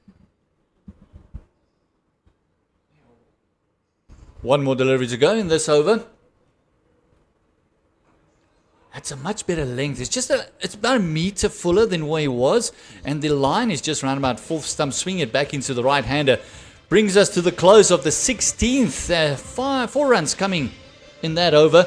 Just a quick update on South Africa playing New Zealand in the second semi-final, and Ravindra scoring his second 100 of the tournament, 108 of 101 deliveries. Kane Williamson, 102 of 94. They've both been dismissed. And Darren Mitchell is at the crease with Glenn Phillips at the moment. Currently New Zealand busy with starting with the 43rd over. It is 261 for 4. And it looks like South Africa's going to be chasing a big one there. Yeah. Would I be the batting side or the bowling side at the moment? I do feel like the batting side will feel like they are in for maybe a good little decent total. We've seen big totals being chased. I don't think our guys by any chance are retreating. They're probably looking at it and thinking it's probably a 360, 370 wicket. So it'll be interesting to see how we finish up this last bit, because it will be an important part. How we bowl at the death will be really, really important, because you can really gain momentum from that, or you can lose momentum. Especially with batters like Darren Mitchell there. He can really hit a long ball. Let's just give you a bit of an update what's happening over the rest of the country. It's the Northwest Dragons hosting the Titans down at JB Marks Oval in Potchefstroom. 92 for 2 currently in the 15th over is the Titans. And the Warriors are hosting the Western Province. And currently the Western Province is 66 for the loss of 1. And I beg your pardon, the Warriors are 66 for the loss of 1. They've elected to bat first at home, and they're playing at Dafabet St. George's Park. Then also, a bit of bad news for the people at Tuks Oval. The CSA emerging versus Eastern Cape Inyati has been called off without a ball being bowled. Heavy rains over the last couple of days there. And the Tuks Oval has got amazing drainage. So if they say that the water's going nowhere, that means bring out your snorkel and your flipper. And then also, we have got another match that's also abandoned. Is the Northern Cape Heat taking on the Tuskers. That would have been an absolute belter, because that's number 1 and 2 on the Division 2 lot taking on one another. That match has also been abandoned. That is a sad day for cricket lovers. But again, I think Northern Cape and Tuskers probably a fair contest at the moment. They'll take those points and then really try and build on, because they know that chances are at the back end of the comp they're going to meet each other yet again. And then the Tuks Oval is, that's going to be tough. Yeah, we also see the quick summary there of the Dafabet Warriors taking on the WSB Western Province. Matthew Breedske in the runs, he's 23, and then Jordan Herman, 30. They're 66 for 1, busy with the 16th over. Also in Mpumalanga Rhinos, also hosting the Limpopo Impalas, one of the most beautiful grounds around. That's at White River. Give you the information now as we see the momentum multiply. Titans, 97 for the loss of 2. It's very weird not to see Luandre Pretorius' name up there immediately. But Rivaldo Munsami, 39 of 32, and Keegan Peterson has just joined him for 1. And the Dragons wicket taker there is Tsanwane, Lutando Tsanwane. There's the Mpumalanga Rhinos, 86 for the loss of 2, chasing the Limpopo Impalas, 175 all out in the 46 over. Yuri Snyman, 29 at the moment. Then also the Garden Route Badgers is playing the Eastern Storm, 233 for 8 in their allotted 50 is the Garden Route Badgers. Eastern Storm going nicely, 33 without loss. But back to live cricket. And it is just on the leg side, just a quick one after our drinks break. We welcome you back to the DP World Wanderers Stadium. It is Goldrush Boland, number 1 on the log. And DP World Lions taking on each other. And DP World would love to get a win with a bonus point to sneak into that 3rd position. I think that is the order of the day for them. But again, knowing how they process their stuff, they're probably looking at it to say, first bit is just, let's put a decent total on the line, and then let's start making plans from there. Again, this Goldrush Boland side probably come through and surprised a few teams. They've had a couple of great results at home, and I think as well they probably want to be known as a team that can travel away from home. So they will be looking to really make a statement here today. Nice and straight bat. Got a hand to it. Komani, a very good fielder. You mentioned earlier, very good fielder off his own bowling. He put a very difficult chance down earlier, but he's made up thus far. It's been also interesting to see with the slope that they've brought their 3rd man up, because they do feel like the ball is running back in nicely here. So 3rd man up, and they've gone with deep square only, and then a long on down. So it's actually interesting to see the lengths that they bowl. This one nearly snuck through, and I think that's going to be your answer. That's where they want to bowl, wicket to wicket. If you're going to play offside, you've got to go against the slope, against the ball coming into you. I don't think he's even going to attempt the ball going away from the right hand at the moment. You can just see the replay there, just that little bit of nip in. Look at that. I think Makwetu's going to have to make adjustments there. He scored quite a few runs down to 3rd man. And with him now being against the slope, he's going to have to really think about what are the game plans he can put in place. That's a better option. That short mid-wicket coming into play there, and that's exactly why he's there, just to give that doubt for that single. Definitely, and maybe the wicket of Hamza plays a role in terms of maybe not shuffling as much across, because early on it looked like he was going a little bit across and looking to play everything down to the leg side, go with the slope and with the swing. But since that wicket, he's probably almost stayed a little bit more leg side. But on that last ball now, he's gone back to his original game plan, tuck it down to long on for 1 run.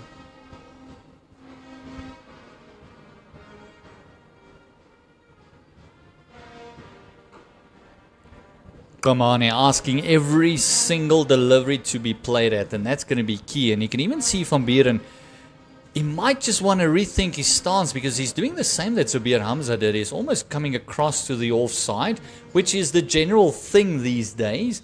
But with the slope, it's just going to put yourself into a little bit of a position where if that head falls over a tad, it's going to sneak through. Absolutely, that's a great little observation. That I like that, and I think that's where about just down to execution, and that's what the bowler is trying to do. Can he hold his nerve? This one down leg, you can just see he's lifting his hand in apology, saying, sorry Skip, it's the sweat, that one just slipped out. And that's the first extra. That's how disciplined they've been. I mean, we're almost 17 overs into play, and we're having our first extra, and that's something that I've said about their bowling attack. I think they've been really, really disciplined in terms of just the whole comp. They've given nothing away, and they've probably taken everything. So that's really, really good to see in terms of South African cricket. We've spoken about how we're producing the right type of players, and this to see such a disciplined bowling act, it's been phenomenal.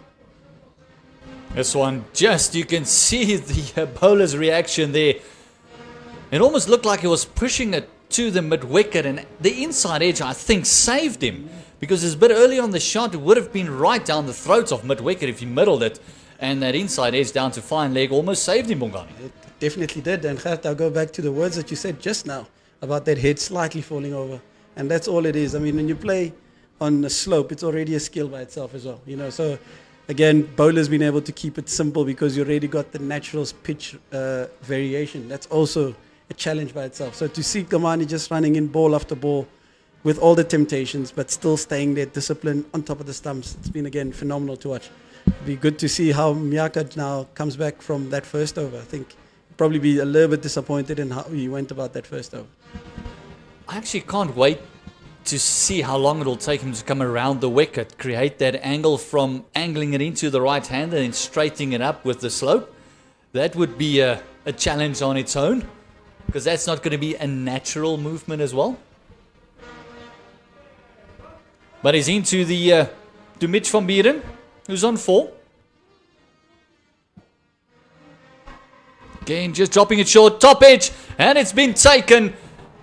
It's a bit of a nothing shot by Van Buren, just chipping it to that man that's about 10 meters off the fence, and it's a wicket time for Goldrush Boland. Oh, Myanda will take that. He will take that. And he will say that is all planned up. Again, it's been Mitch, again, a player that's been known that early on you can go a bit shorter. Early on you can come towards where the ribs are. It's just, for me, a big player like him, a little bit disappointing to see how he probably doesn't take as much pride as what he can on a thing like that. I mean, I feel like that's a soft dismissal. Being caught at deep square of third or seventh ball after drinks. Surely should be thinking a little bit more deeper. Surely a little bit more deeper. Oh, just look at the replay there. We saw him punching the bat a few times. Look at it. Just a little bit of a short arm chip, and he knew it. As soon as he hit it, he knew it. And it's probably one of the simplest catches that a square leg will ever take. It's a Blade Capel out there. It's a naughty moment. Naughty moment. Again, this is of big players in big teams that you want them to give you big performances. Particularly, again, when you've lost the backbone of your team, to a Champions Trophy. You want players like Mitch to be the ones that are showing this is how you do it. Particularly the exposure that he's gotten in the SA20 as well. So these are things that you're looking at players like him to be really coming into age or coming of age, particularly on the exposure that they've gotten and the amount of games that they've played. Isn't it maybe one or two players' downfalls if you actually have a strong batting lineup like the Lions do, where you don't put as much pride on your wicket as you should? It is. It could be. I mean, you're always leaving the job for somebody else, And again, I think the biggest part for me is just understanding, have you assessed the conditions well enough? Have you been there for long enough to say, can I play a pull shot in these conditions? Probably hasn't faced enough balls for him to say this is a shot to play or not to play. I would be happy if he actually played a pull shot there instead of the little flick. If you're going to go out swinging. Connor Esterhuizen comes to the crease. He's going to face his first delivery from Nyaka. Again, just that back of a length. They've actually moved their square to behind square. You'll see is about 15 meters in front of the umpire, when the square leg umpire, when he's walked in. But another man that's had a couple of decent starts. He had a 38 against Western Province, a 37 against the Titans, against the Dragons a 59, and then a 7 and a 12 against the Knights. So he started off well, but no real conversion.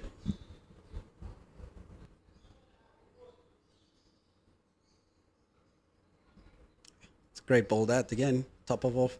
I think you've hit it on the nail again. I think that's been the story of the Lions campaign this year. It's just been in a campaign where no one is really taking charge, particularly from the batting front, to say, I'm going to lead this batting unit. If you're going to win trophies and you're going to win competitions, you want to make sure you've got bowlers in the top 4, top 5. You've got batters in the top 4, top 5.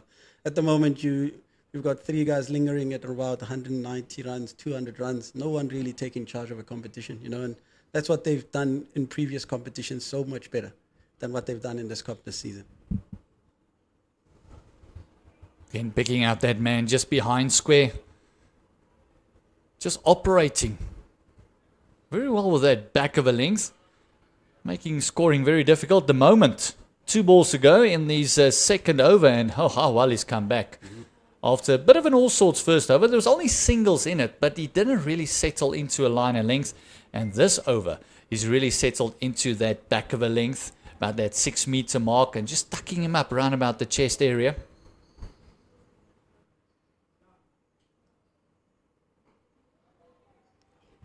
It's been a much better over. It's disciplined, and he's shown a lot more control. It's really been really good to watch. I think also just maybe a big thing around this Lions batting unit. I think it's very, very young. They've also given a lot of exposure to a lot of players, which also maybe might give a little bit of reason in terms of why that hasn't happened in terms of the big runs. But your big players will look at this and think, ooh, I should really be helping these youngsters, showing them how it's done, in terms of taking pride. This time a bit more of a downward pull than we saw from Mitch van Buren. Connor Esterhuizen definitely learned from the previous wicket. That's the end of the 18th over. It is 66 for the loss of 3. Makwetu's on 43 of 56, and he's almost been starved of the strike over the last couple of overs. Yeah, he's been watching a bit of cricket. Maybe not such good cricket if it's him there, but the big part's going to come now. It's from him. You've just lost two wickets quickly on the other side. How do you now regain control, build a bit of a partnership again, and then set it up yet again for the next guys again? I think the conversation is going to be really, really interesting between the 2 young pups in the middle there. I think they might have played against each other back at school as well. So it's now today their teammates, St. John's boy and the St. Stadium's youngster. So let's see how they build this up for the next couple of overs.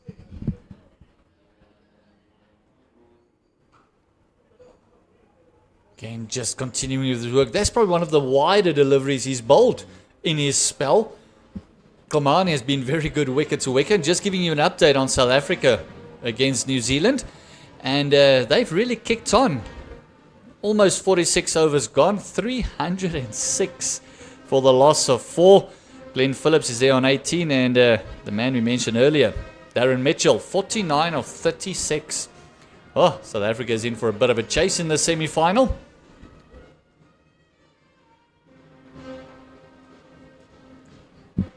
Again, I right on top of the stumps yet again. I think he's kept it so simple. It's good to see again when someone finds something in the wicket, how they go off and they just, again, keep probing at top of the stumps there. I think, listening to the score that you've just given now, I think we are a proud nation, and I think we're a nation that will always want to do the impossible. So the stage is set. it's time for us to go out there and really, really, really dish it out to the world.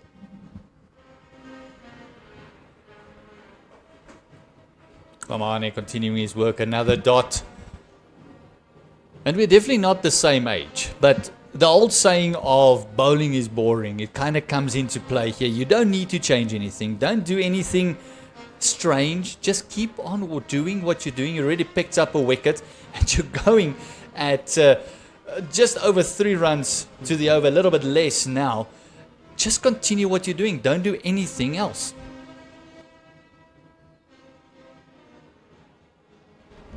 As he goes searching, just as you say that, he goes searching there, gets clipped towards deep square for 1 run. I think the line that he's bowling, that is going to happen every now and again. That's why they do have that man at a long leg, and also their square leg is in front of square. So that might be the reason, especially with him bringing it in and the slope. So it is going to happen, but again, the captain wouldn't mind.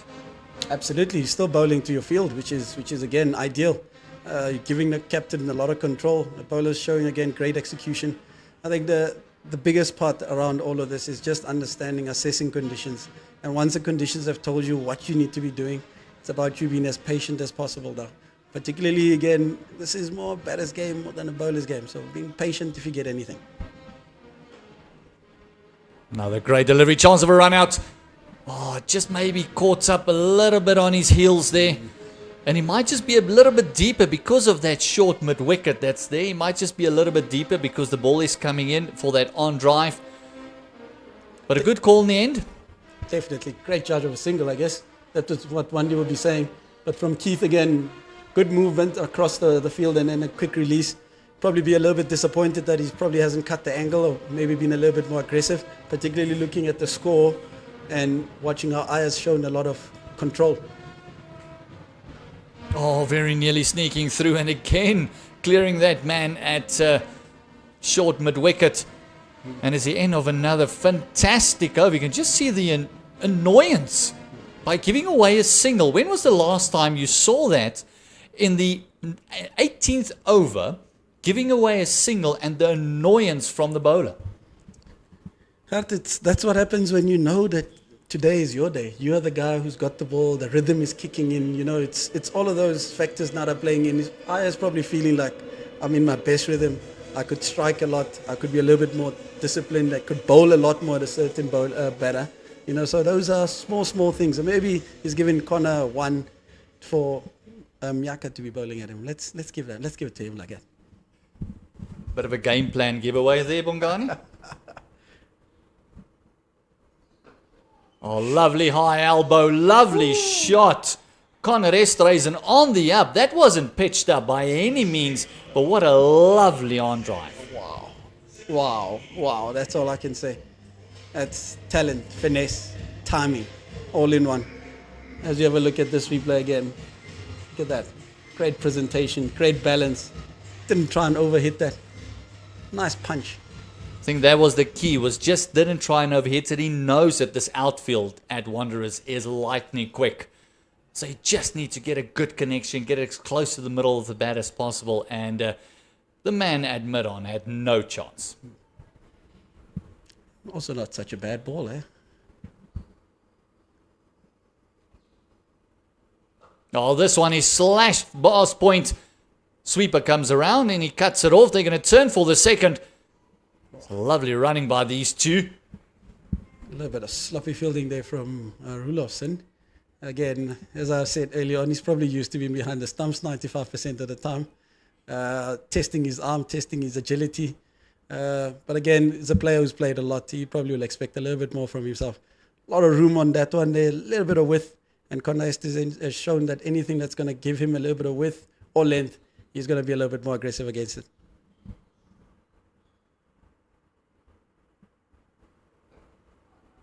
There's one a lot straighter from the left armer, Nyaka. A decent over thus far, and one of the best starts to the over they've had in a very long time. And I think even might be the best start they've had to an over in the whole innings thus far. It's at 4 and 2, 6 already coming from it. They can just nip out a couple of singles now. Take that 6 up to a 9 for the over. That will help the cause a lot. Absolutely. After you start an over like this, you are looking to try and get into a double digit with risk-free cricket, you know. So, as you say, rotating the strike should be key now.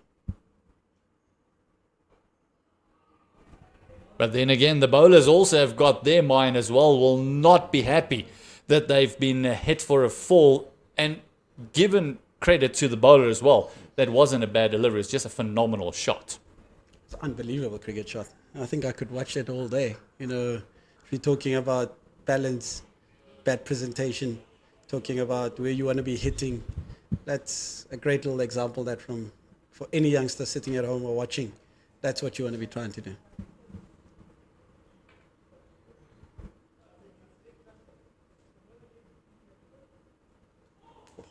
Oh, what a lovely delivery, beating the outside part of the bat. You can see him looking at it, asking the question, probably look around to the keeper and say, where did that pass? I think, has he been consistent enough? It's the only question he'll keep asking himself. Has he hit the same length and line for enough times for him to be asking those questions? You know, I think those are the only things that Ayanda will be thinking, or Akona will be thinking about when he goes down to the fine leg boundary, to think, oh, have I done enough in terms of being consistent? Have I asked the right questions for long enough? Last delivery in his third over. And just finding the inside part of the bats. Are they going to push for a second? It's just going to be the single as it comes to a close of 20 overs. It is 76 for the loss of 3.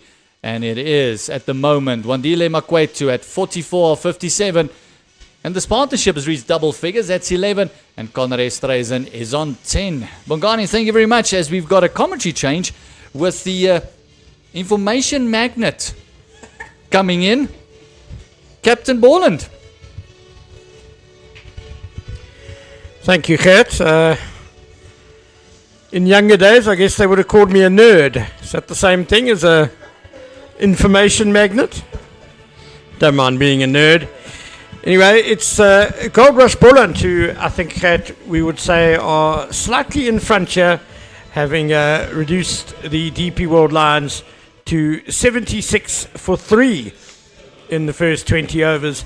And Clinton Stuurman, who bowled so impressively with the new ball, is back for his second spell from the call it drive end. 6 overs, I beg your pardon, 5 overs, 1 for 22 earlier.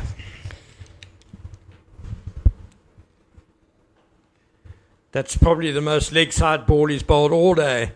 And it's just tickled away for 1 by Conor Esterhuizen. Gert, the Boland side, we've had 20 overs now. They've bowled just 1 wide. That's the only extra so far. I would love to see any stats of any team that's done that in the first 20 in this whole competition. I don't think that has happened, especially with the lot of rain about. There's been lateral movement all around. The guys have struggled to really control the swing. Oh, full toss. I think it's sliding down leg. There's a shout from Stuurman. I think Makwetu will be pretty disappointed he didn't get that away. He's been stuck in the 40s for a little while now. 44 not out of 57 balls, but he's also been a bit starved of strike, to be fair. Yeah, he's been starved of strike, and that's probably the first fully that they've really bowled, and he could have, especially the short part of the fence, he'll be very disappointed that he couldn't just get underneath it. All he needed was a little bit of elevation. Again down leg from Stuurman. He bowled earlier from the golf course end. I wonder if coming from the call it drive end isn't quite to his liking. I think he's going to do the job that Komahane has been doing. Now just bowling wicket to wicket. And from the other end, they've kind of been trying to swing it away from the right-hander. Now he's got to bring it back in. So it does give you a little bit of an idea of where the bowler's comfort zone would be. Nice and full, but Makwetu's dug that out well to deep backward square for a single.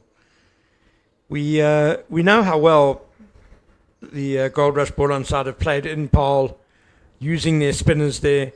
But here in Johannesburg, it's been very impressive, Gert, how their 4 seamers so far have operated.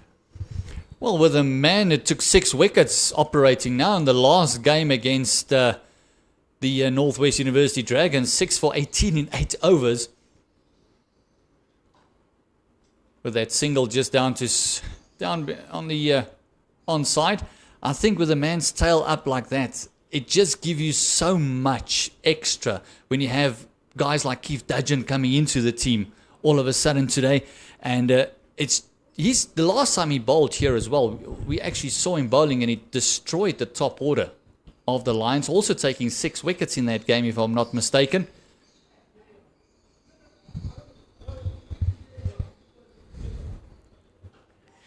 Inside half of the bat. Makwetu there, but he'll get one more.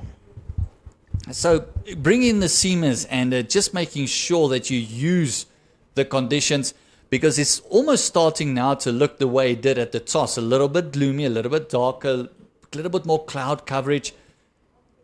But in fairness, they haven't really used that. It's been nice, full, it's been straight, it's been attacking. And Lenton Steerman has been bowling brilliantly at the moment. He's busy with his 6th over. The one thing that he has done, even from before he changed ends, is he uses the crease very well. He gets in tight if he wants to, and also creates that angle when he goes a little bit wider like he did that last delivery, and he signed off the over pretty well. So 81 for 3, 21 overs gone. The DP World Lions just trying to get themselves up above 4 runs to the over, and so far this innings has been maybe a bit of a microcosm of their season so far, in that batsmen have got themselves in and then got out without really making anything substantial so far. Wandile Makwetu, the best hope for a big score. He's on 46, not out. Esterhuizen is in now. He's on 12. The partnership is worth 16. They need to make it a lot bigger.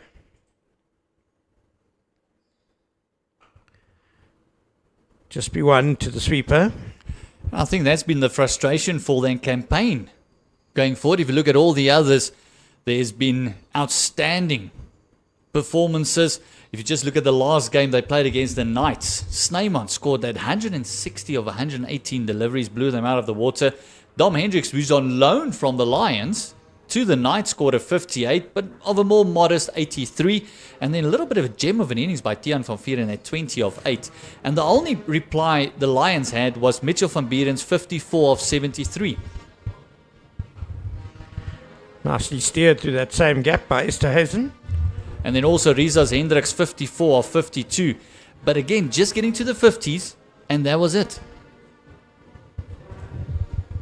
Yeah, and it looks a good batting deck today. I think it's a really good pitch because there has been a little bit in there for the bowlers. We haven't seen spin yet, so we'll have to see. But Gert, you were saying that there's quite a good covering of grass, so the ball should grip and turn.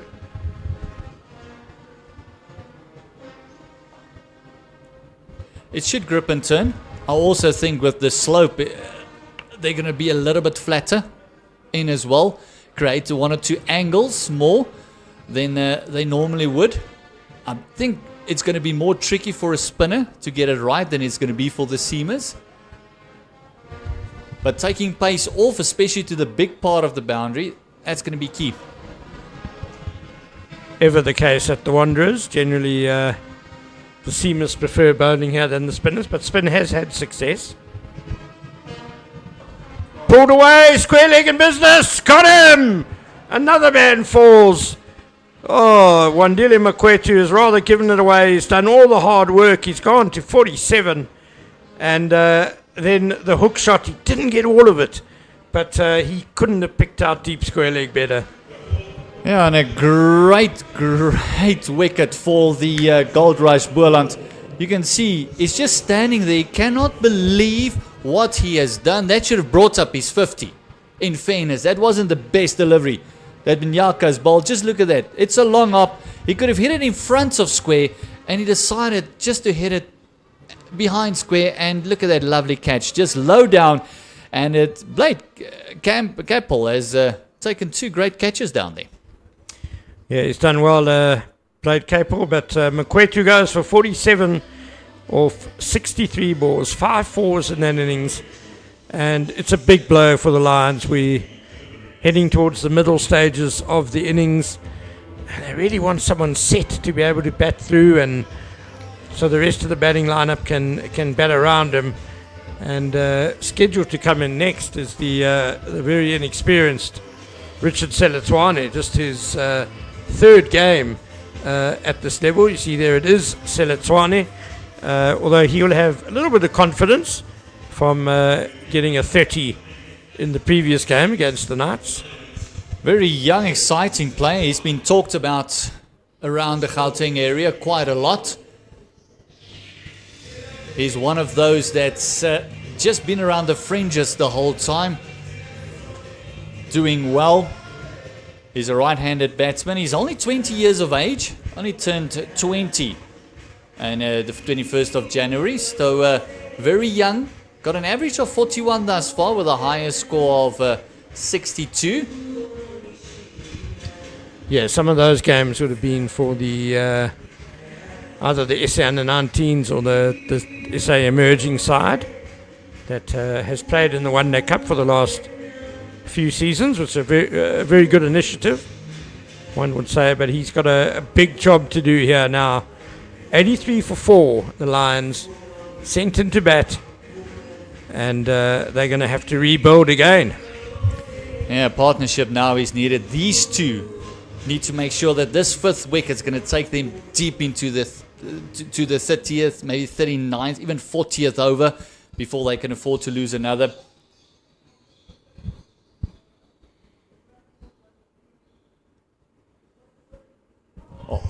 Not a great start by Seletswane there. That was a leave ball, if ever I've seen one. Short, outside off stump. Why was he flashing at it?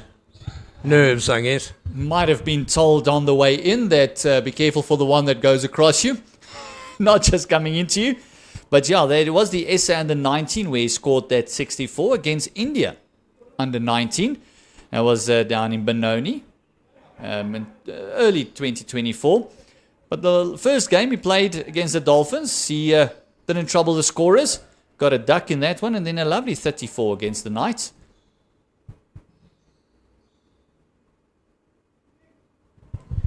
Better by Seletswane. There's a slip in place as well. And 3 men on the boundary. Fine leg, third man, a deep square leg. That is the end of a successful over, though, for Kona Mnyaka. It's 83 for 4 after 22 overs. And you got to feel that Captain Fortuin for Goldrush Boland will just maybe get a little bit aggressive as we see the batting card there. And Ken, is exactly what we've been saying. A 47 was the last wicket that fell of Makwetu. But just getting into the double figures, the partnership's just getting going, and then they lose wickets at critical times. Yeah, you can see it in the partnerships. Partnerships of 6, 51, 8, and 18. There just hasn't been anyone sticking around long enough with Makwetu. And now he's gone. Stearman leg side again. Oh, he's been naughty. He's not quite got it right from this end.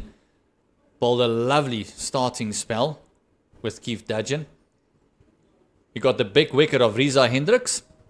Caught that first slip.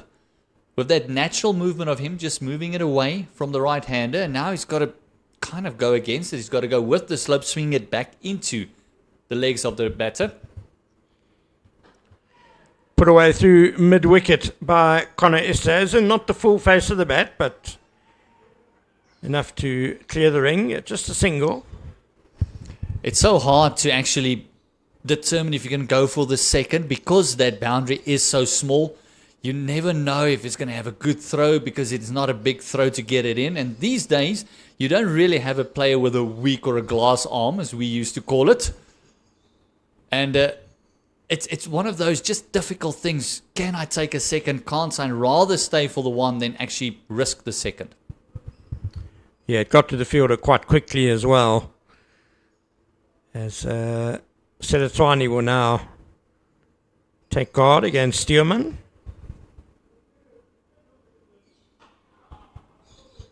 And Richard Seletwani is off the mark. We can just see the effects of that slope that both you, Gert, and Bongani Ndaba have been talking about here at the Wanderers. We saw for Seletwani in the previous over, he had a slip in place against him. One ball later, but batting at the other end, because of the slope, the Boland team have done away with the slip.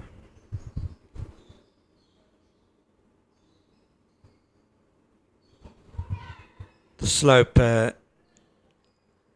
coming into the right-handed batsman as they stand at the golf course end, facing from the caller drive end, and you saw it there, that delivery. Missing leg stump. And as you come in, and this is what you alluded to earlier, you need that one set batter there that knows the conditions, that's been there for a couple of deliveries. To come in, and because of the slope, it just gives you a little bit of extra movement that you're not used to. Lovely drive by Connor Esterhuizen, straight down the ground. And that'll be a boundary that'll make him feel really good. He goes to 18 and he's just been there for 23 deliveries, so he's made a good start. And again, a lovely shot. High elbow, hitting through the line, didn't try and overhit it, a little bit upish. The bat twisting in his hand slightly, but his area was clear. He's going to go straight past the bowler. And it's a second forfer and a lovely shot. It just shows you technique is just great from Connor Esterhuizen. He does look a very classy prospect. But he's one of those guys who does need to kick on this season. He's looked good, 153 runs and 5 innings, made a half century. Averaging 30, so it's good, but he needs to take it up to the next level now. He needs to get that 80 to 100 and then go on from there. You know, get the sort of score that ensures the Lions get more than 300. And we discussed it. He's just one of those players that's been there or thereabout, but just didn't kick on. And that's exactly what I feel South African cricket needs, is one or two batters to really come in and push the average over that 50 mark and really fire up this division. And we see down the road in Potchefstroom at the JB Marks Oval, that's what's going on in that match between the Titans and the Dragons. Titans 157 for 3. They're in the 25th over. Rivaldo Moonsamy going well again, 83 or 67 balls. He got an excellent 100 in the previous game. Dewald Brevis has just come to the crease. That'll be exciting. In Kaberge, nicely played by Esterhuizen.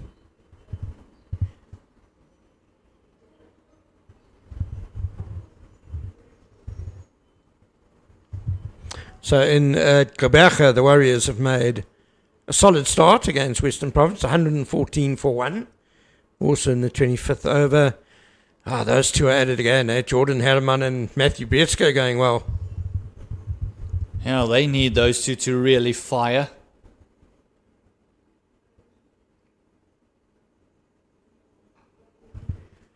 Two of the more talented young batters in the country, Jordan Herman and Matthew Bretzko.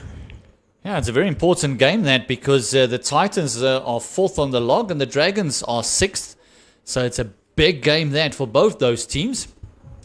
And that's also why I said, the Lions probably need 2 bonus point wins to make the top 3, because there's a lot of cricket on the go today. The permutations are endless, and all 8 teams playing today and all 8 on Sunday as well. Oh, that was a bit loose by Seletwani. We saw in that 34 he scored against the Knights that he's not afraid to go for his shots. And the enthusiasm of youth perhaps maybe needs to be tempered a little bit by shot selection. In his defense, that's kind of what he's been taught. That's what is being said to him from a young age. Mpumalanga Rhinos, closing in on a victory then, chasing the 175 from Wenbro Impalas. Currently they're on 156 and still in the 24th over, or just after 24th. My captain Mohamed Mayet is on 55 and Yuri Snyman again 52. He's piling on the runs this season. But yeah, just getting back to Richard Seletwane, that's what they've been grooming him to do, is be a very aggressive middle order batter. He's not afraid to throw his hands. He's got a lovely eye. He's got very great fast hands. But if you're going to tuck him up, he does get himself into a bit of trouble. He's only faced seven deliveries, so no problem with aggressive intent, but give yourself a chance, get yourself in. Especially the 50-over game. There's still a lot of time left. I think you would have been more happier coming in around about the 35th over. But now they've got a work to do. Connor Esterhuizen and Richard Seletwane. I say again, they need to go around about till that 40th over, really take them deep in the innings.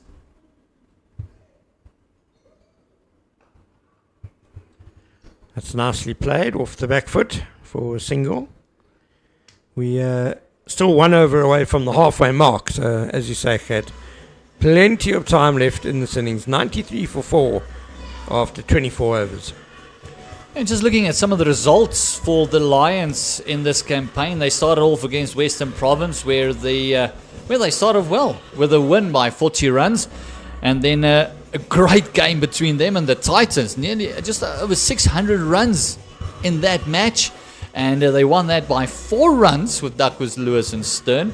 And then the Dragons, this is kind of where things went a little bit pear-shaped for them, as the last 3 games against the Dragons, they lost by 65, also DLS, and then the Dolphins, they lost by 6 wickets, and the DLS lost to the Knights when Snyman went rampant with that 160. They lost by 74 runs.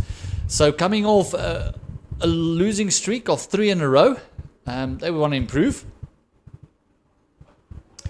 Lehan Botha is into the attack for Goldrush Boland. Has just played 2 matches this season so far, bowled 6 overs, 2 for 28. That was in 1 match. So he's a bit of a part-timer. Yeah, he bowls nothing more than right arm medium. But he's one of those bowlers that can just tie up one end. This might just be the situation to really eke out 1 or 2 overs from him. Through the gap by Seletwane. Nice use of the hands there to get the gap.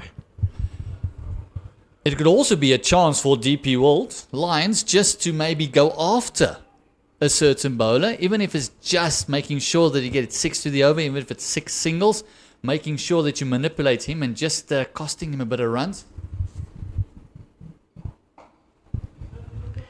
Agreed. They can't let what is really a 6th bowler. I know he's bowling 5th, but we haven't seen spin yet. They can't let a 6th bowler settle and bowl 7-8 overs for 30 runs or so. Run a more minimum, I agree with you.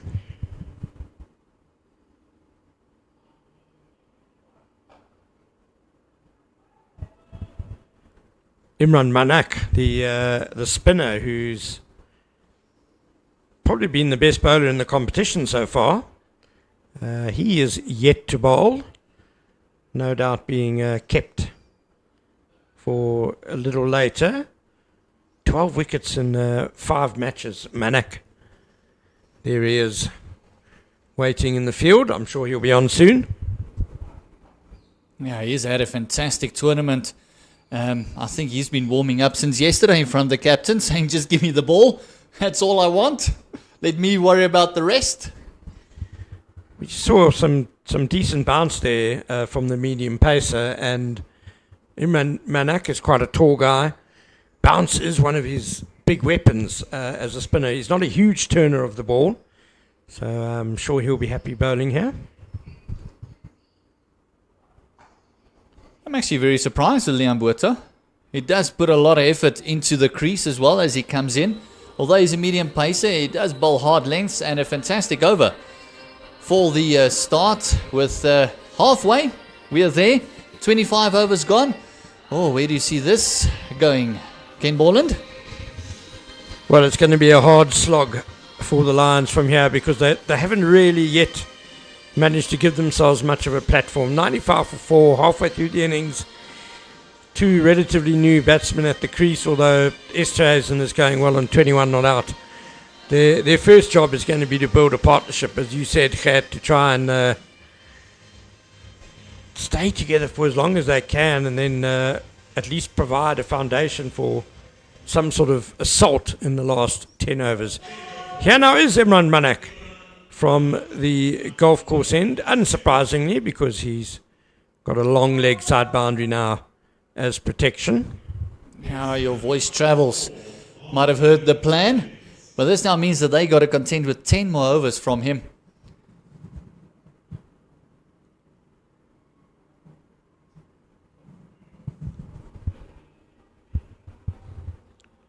Yeah, which means Manack really could tie up one end until the 45th over, until right into the death. He's only conceding 3.58 runs per over this season, so he's not giving away a lot. And it's something that the Lions cannot afford. They need to milk him for every single on offer.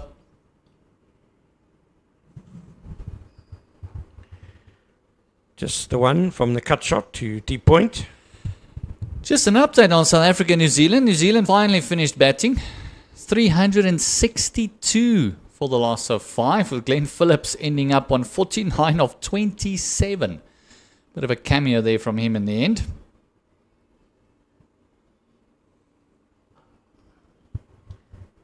Good batting by Esterhuizen. Easy one on offer to long on. But I think once you've had a foundation, like Ravindra scoring his 108, Kane Williamson 102, Darren Mitchell 49. Might be 2 on here if they go quickly. No, it's the short boundary again that keeps it to 1. Yeah, it's easy to play those little cameos once you've had the foundation laid. I think the scorer was under more pressure to keep up. And that applies to this game as well.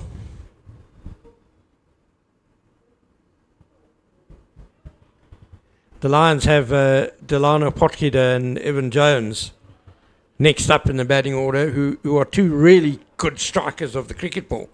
But you want them coming in the last 10 overs.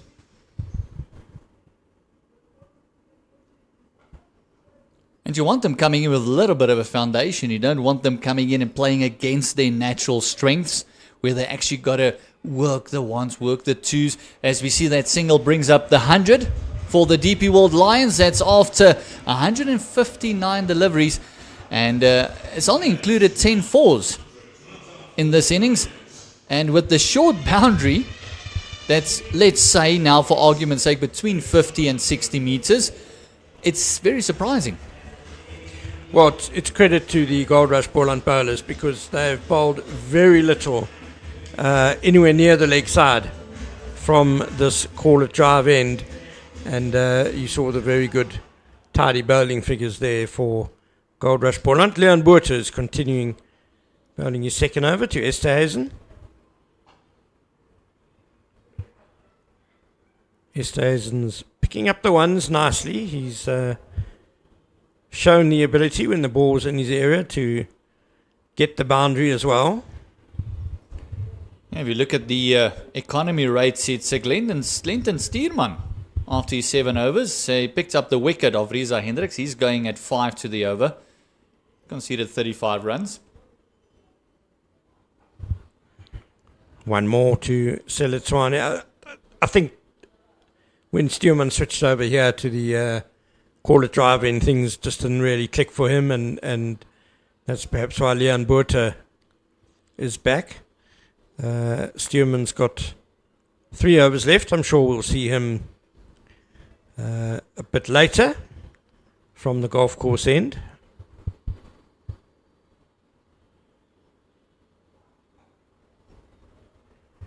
Again, a hint of extra bounce from Botha. He is just medium pace, but he's what you call a bustling medium pace. So you spoke about the effort he puts in at the crease, and certainly gets more out of the delivery than the action might suggest. He looks like about 6'1", nice, tallish, medium pacer. But if you look at the wrist, that's where a lot of that bounce comes from. Just uses that wrist and just give a bit of a flick like back in the day Funeko and Gum used to do. Very loose wrist, just get that extra bit of bounce. But yeah, Keith Dudgeon is the other one who bowled very, very well in that opening spell. He's 6 overs, also changed ends, only going at 4, and then it is 3s all the way with Klamane picking up a wicket, going at 18 runs off his 6. Mnyaka going at 3.2, picking up 2 wickets for 16 after 5 overs. So they've really tightened the screws on this batting lineup from the Lions, just showing why they are number 1 on the log. It's been very impressive by Boland so far. And even the part-timer Botha, you can see his field is set with a man at deep point, a man at third man, a man at quite a square fine leg, and someone just in front of square leg on the boundary. So he can't afford to bowl too full.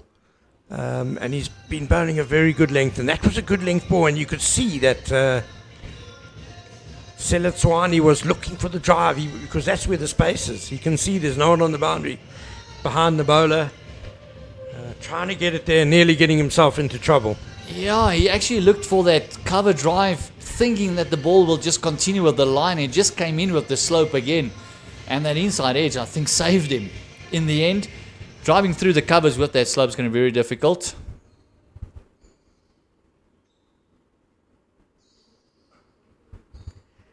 Manack just bowling a little bit short so far in the 7 deliveries he's had, but he's well protected on the offside.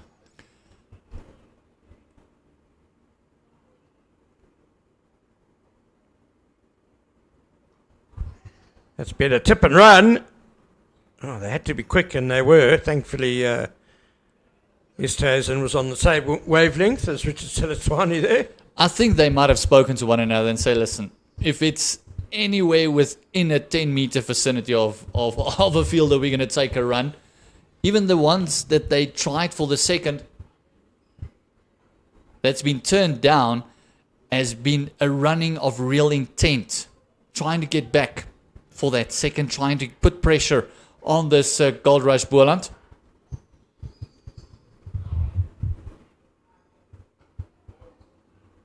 Two dot balls in a row. It's absolutely vital that they don't allow Manack to settle into 3.5 runs and over. So they've really got to focus on working the singles against him. Slapped away over the covers. There was a bit of width from Manack. Not the most controlled stroke by Connor Esterhuizen, but he's going to get 4 runs. That is much better. It's a little bit more pitched up. It's a little bit wider than the previous deliveries, and he could throw his hands at it. And it's a lovely shot over extra, especially with the man standing at sweeper, who's closer to a deep point than really a sweeper. That is a safe option. And you can even see the cover is about 10 meters off the circle as well. So even a miss hit would have been a safe shot.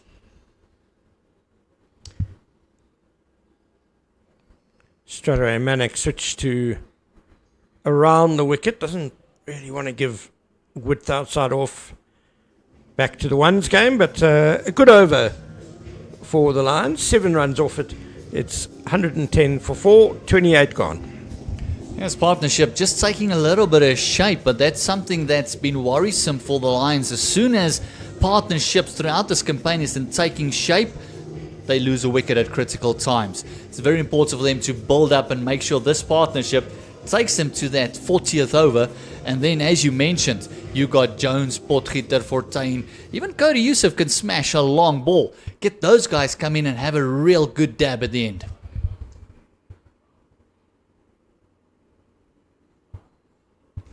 That's going to be another wide.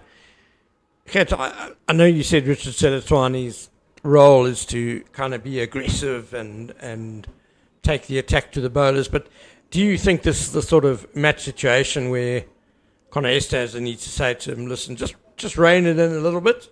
I'm going well. I'm scoring briskly. Just make sure you stay with me for 10 overs.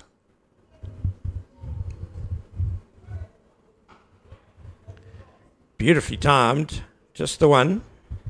I think that would be the conversation. I don't think as Nelson comes up, Nelson was up, really tell him that, say, hold on. I think it would be the words, stick with me. If you stay with me, the longer you hear, the more freely you'll be able to play. And I think it's not just against his natural. I think the conditions also calls for it. Little shuffle down the wicket from Seletswane. But Botha adjusted well. But you can see even there, although he looked to be aggressive, the ball was played down. Still soft hands, making sure that he doesn't just throw his hands at it. So the conversation between these two would have been, let's stick around. The more balls you face, the easier it's going to become. Yeah, Seletswane adapted well there to the shorter length from Botha. That one's fuller and it's lashed to the cover sweeper. And 3 deliveries. One was a wide, but already 3 runs from the over. And again, this is what they just need to do. They can just milk it from here, making sure they get to that 5 or 6 to the over. And as soon as they approach that final 10 with wickets in hand, they can have a nice, good dip at it. Get as close to that 250, 270 mark that they can.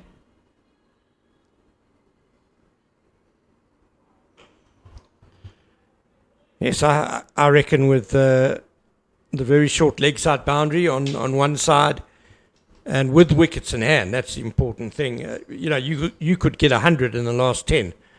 So that's worth bearing in mind. Now also for your opposition, if they can restrict you from getting that 100 in the last 10, they feel they'll be able to get it.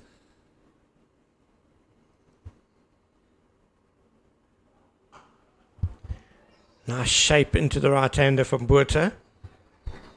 But also it gives you that, we're 1 over away, 1 over and 1 ball away from the 30th mark, where you always want to double up. In this instance, the Lions don't just want to double up. They want to add another 50 to that because they're going to double up. They're looking at around about a 230 score, maybe 240. They want to add another 50 to that.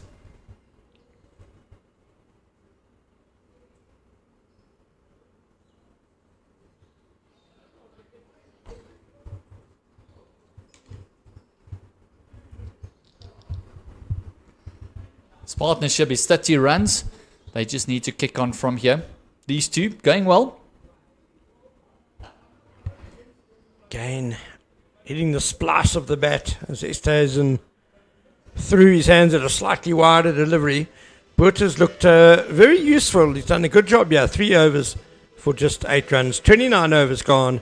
It's 113 for 4. Yeah, he's actually looked very well. Almost looks like that little bit of a lifter is a surprise ball he has where he just flicks that wrist a little bit more. He cocks it over and it's almost like he bowls and then he gives you that extra one, just an extra bit of lift. He's got a lovely seam position as well.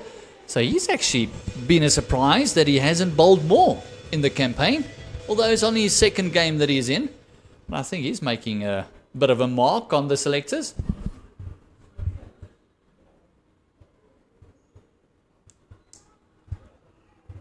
Esterhuizen wanted one, and now Seletswane does, but in the end they decide no, too risky.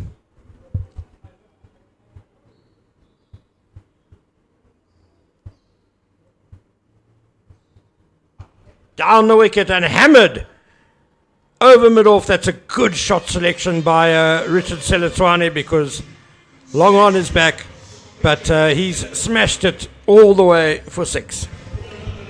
This is one thing that you mentioned. They cannot allow Imran Manack to settle. If they can unsettle one of the best bowlers of the campaign, they might just be in for a shout here. Lovely shot, lovely feet, lovely hands through the line. And now the single, very good cricket by Richard Seletswane. Yeah, the temptation or the tendency maybe in playing those shots over the top to the off spin is dragging it towards long on. But he played that very well over mid-off. And now an easy one. Now this could be an opportunity to get a nice double-figured over here. Already 8 coming from it, still 2 deliveries left.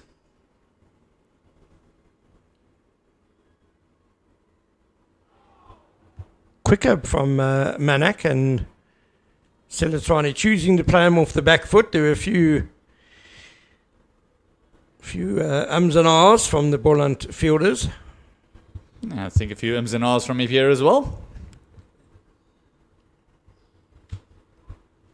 The coach and Gert Maloney wasn't very happy with that, but he'll be pleased with that end to the over for the Lions. Nicely taken single. 30 overs gone, 122 for 4.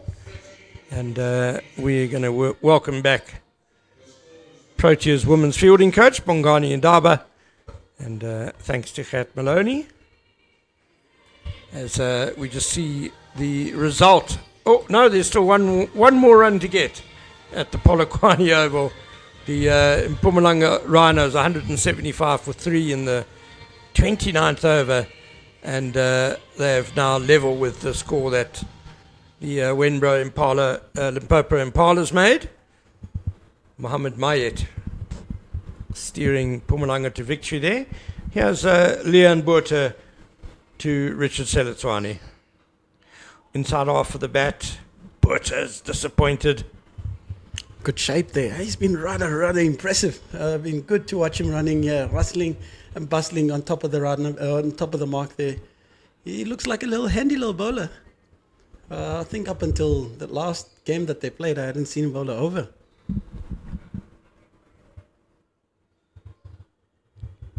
He's been a surprise packet for sure.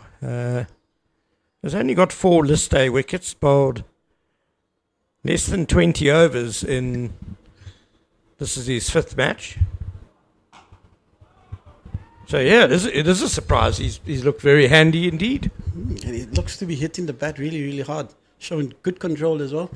I mean, I was saying early on with Gert about the skill that it takes to bowl on a slope. And I mean, for a youngster to go off and bowl the way that he's bowled, who doesn't regularly bowl, and show this much control and accuracy, it's been good to watch.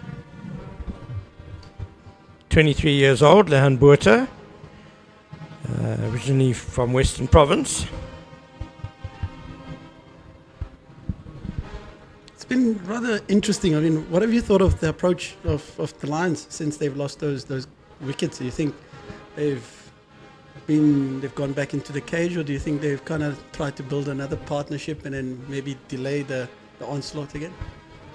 Yeah, I think the intent has been quite good, to be honest. Conor Esterhuizen's batted really nicely for his 34 or 47.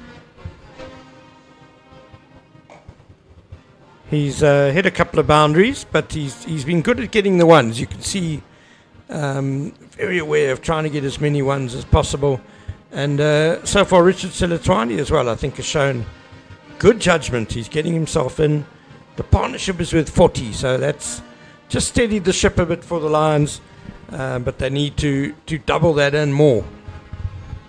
Yeah, it's been great to watch as well, because these are 2 youngsters, as I always allude to. Like these guys wouldn't have played a lot.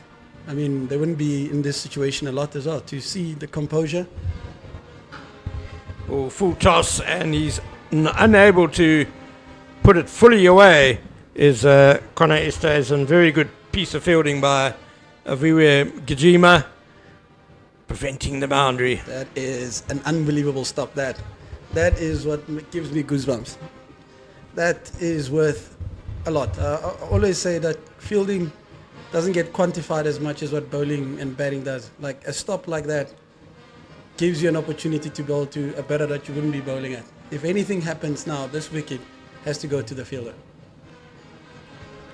Yeah, and it's plus 3 runs to the ledger for Gijima. as we come to the end of the 31st over, 124 for 4. Bongani, that pulling off that sort of fielding, how much of that comes from the training ground and how much of it is attitude?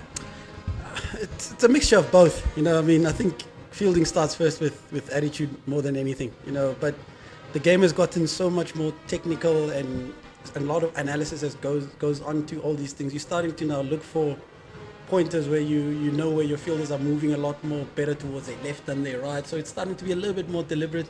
It's no longer just the athletic, now the profiling has gone on to, there's guys that are moving better towards their left than their right. There's guys that are good with their left hand than their right hand. So you're starting to play chess in a cricket field. Single to Esterhuizen, and we just saw on your screen there a decent game of chess going on at St George's Park, where the Warriors are 139 for 3 against World Sports Betting Western Province. That's after 31 overs, and the wicket goes. Manack has struck. It's wicket number 13 for him. I think he'll take that. That's a sneaky little burgle down leg. I think Siletsane was probably trying to put the pressure on Manack. I was about to make a comment on complimenting these youngsters on how they've actually played spin here, how they've gone about playing Manack, who's gone for 30. As we look at this wicket again, that's pretty unlucky. That's a gun take, though. Superb take by Clyde Fortuin. The bat swinging around his ears, and he still manages to catch the ball. That is a remarkable catch by Clyde Fortuin, but sadly another soft dismissal, one has to say, for the DP World Lions. And that's 3 out of 5 now, down the leg side, isn't it? Mm-hmm. Yeah, I think as a batting unit, just as we're about to build a bit of momentum, that happens. As we're just about to start holding on and starting to shift that momentum, that happens. I think it's probably a disappointing timing more than anything. Young Siletsane did look like he was a little bit more starting to get in control, starting to get into a groove. That is a great take. Unbelievable take. Again, Clyde Fortuin proven behind the stumps. He's probably one of the few natural keepers left in our system. That's almost, to me, it feels like a dying art in our country. I don't know if we still look at it the same way that we looked at it a few years ago. I don't know what your thoughts are on that. Is that the pressures of T20 cricket, limited overs cricket, that teams are more likely to select someone based on their batting ability, and if you can do a job with the gloves, then you'll get the post? Yeah, I think maybe the thinking started like that, But again, you look at conditions still dictate all of these things. You go play T20 cricket in Paarl where the wicket is turning, you still need a good guy behind the stumps. You still need a guy who's very much adequate behind the stumps. So I do feel like it is an art that we need to really look back and really reinvest in again. Delano Potki to the left-hander comes in. One has to feel for Richard Siletsane, who was doing nicely, 17 of 28 balls, and really no criticism on the shot selection there. It was short down the leg side. He had every right to feel he could pull that away to the boundary. Just the execution a bit lacking, and a superb catch by Clyde Fortuin.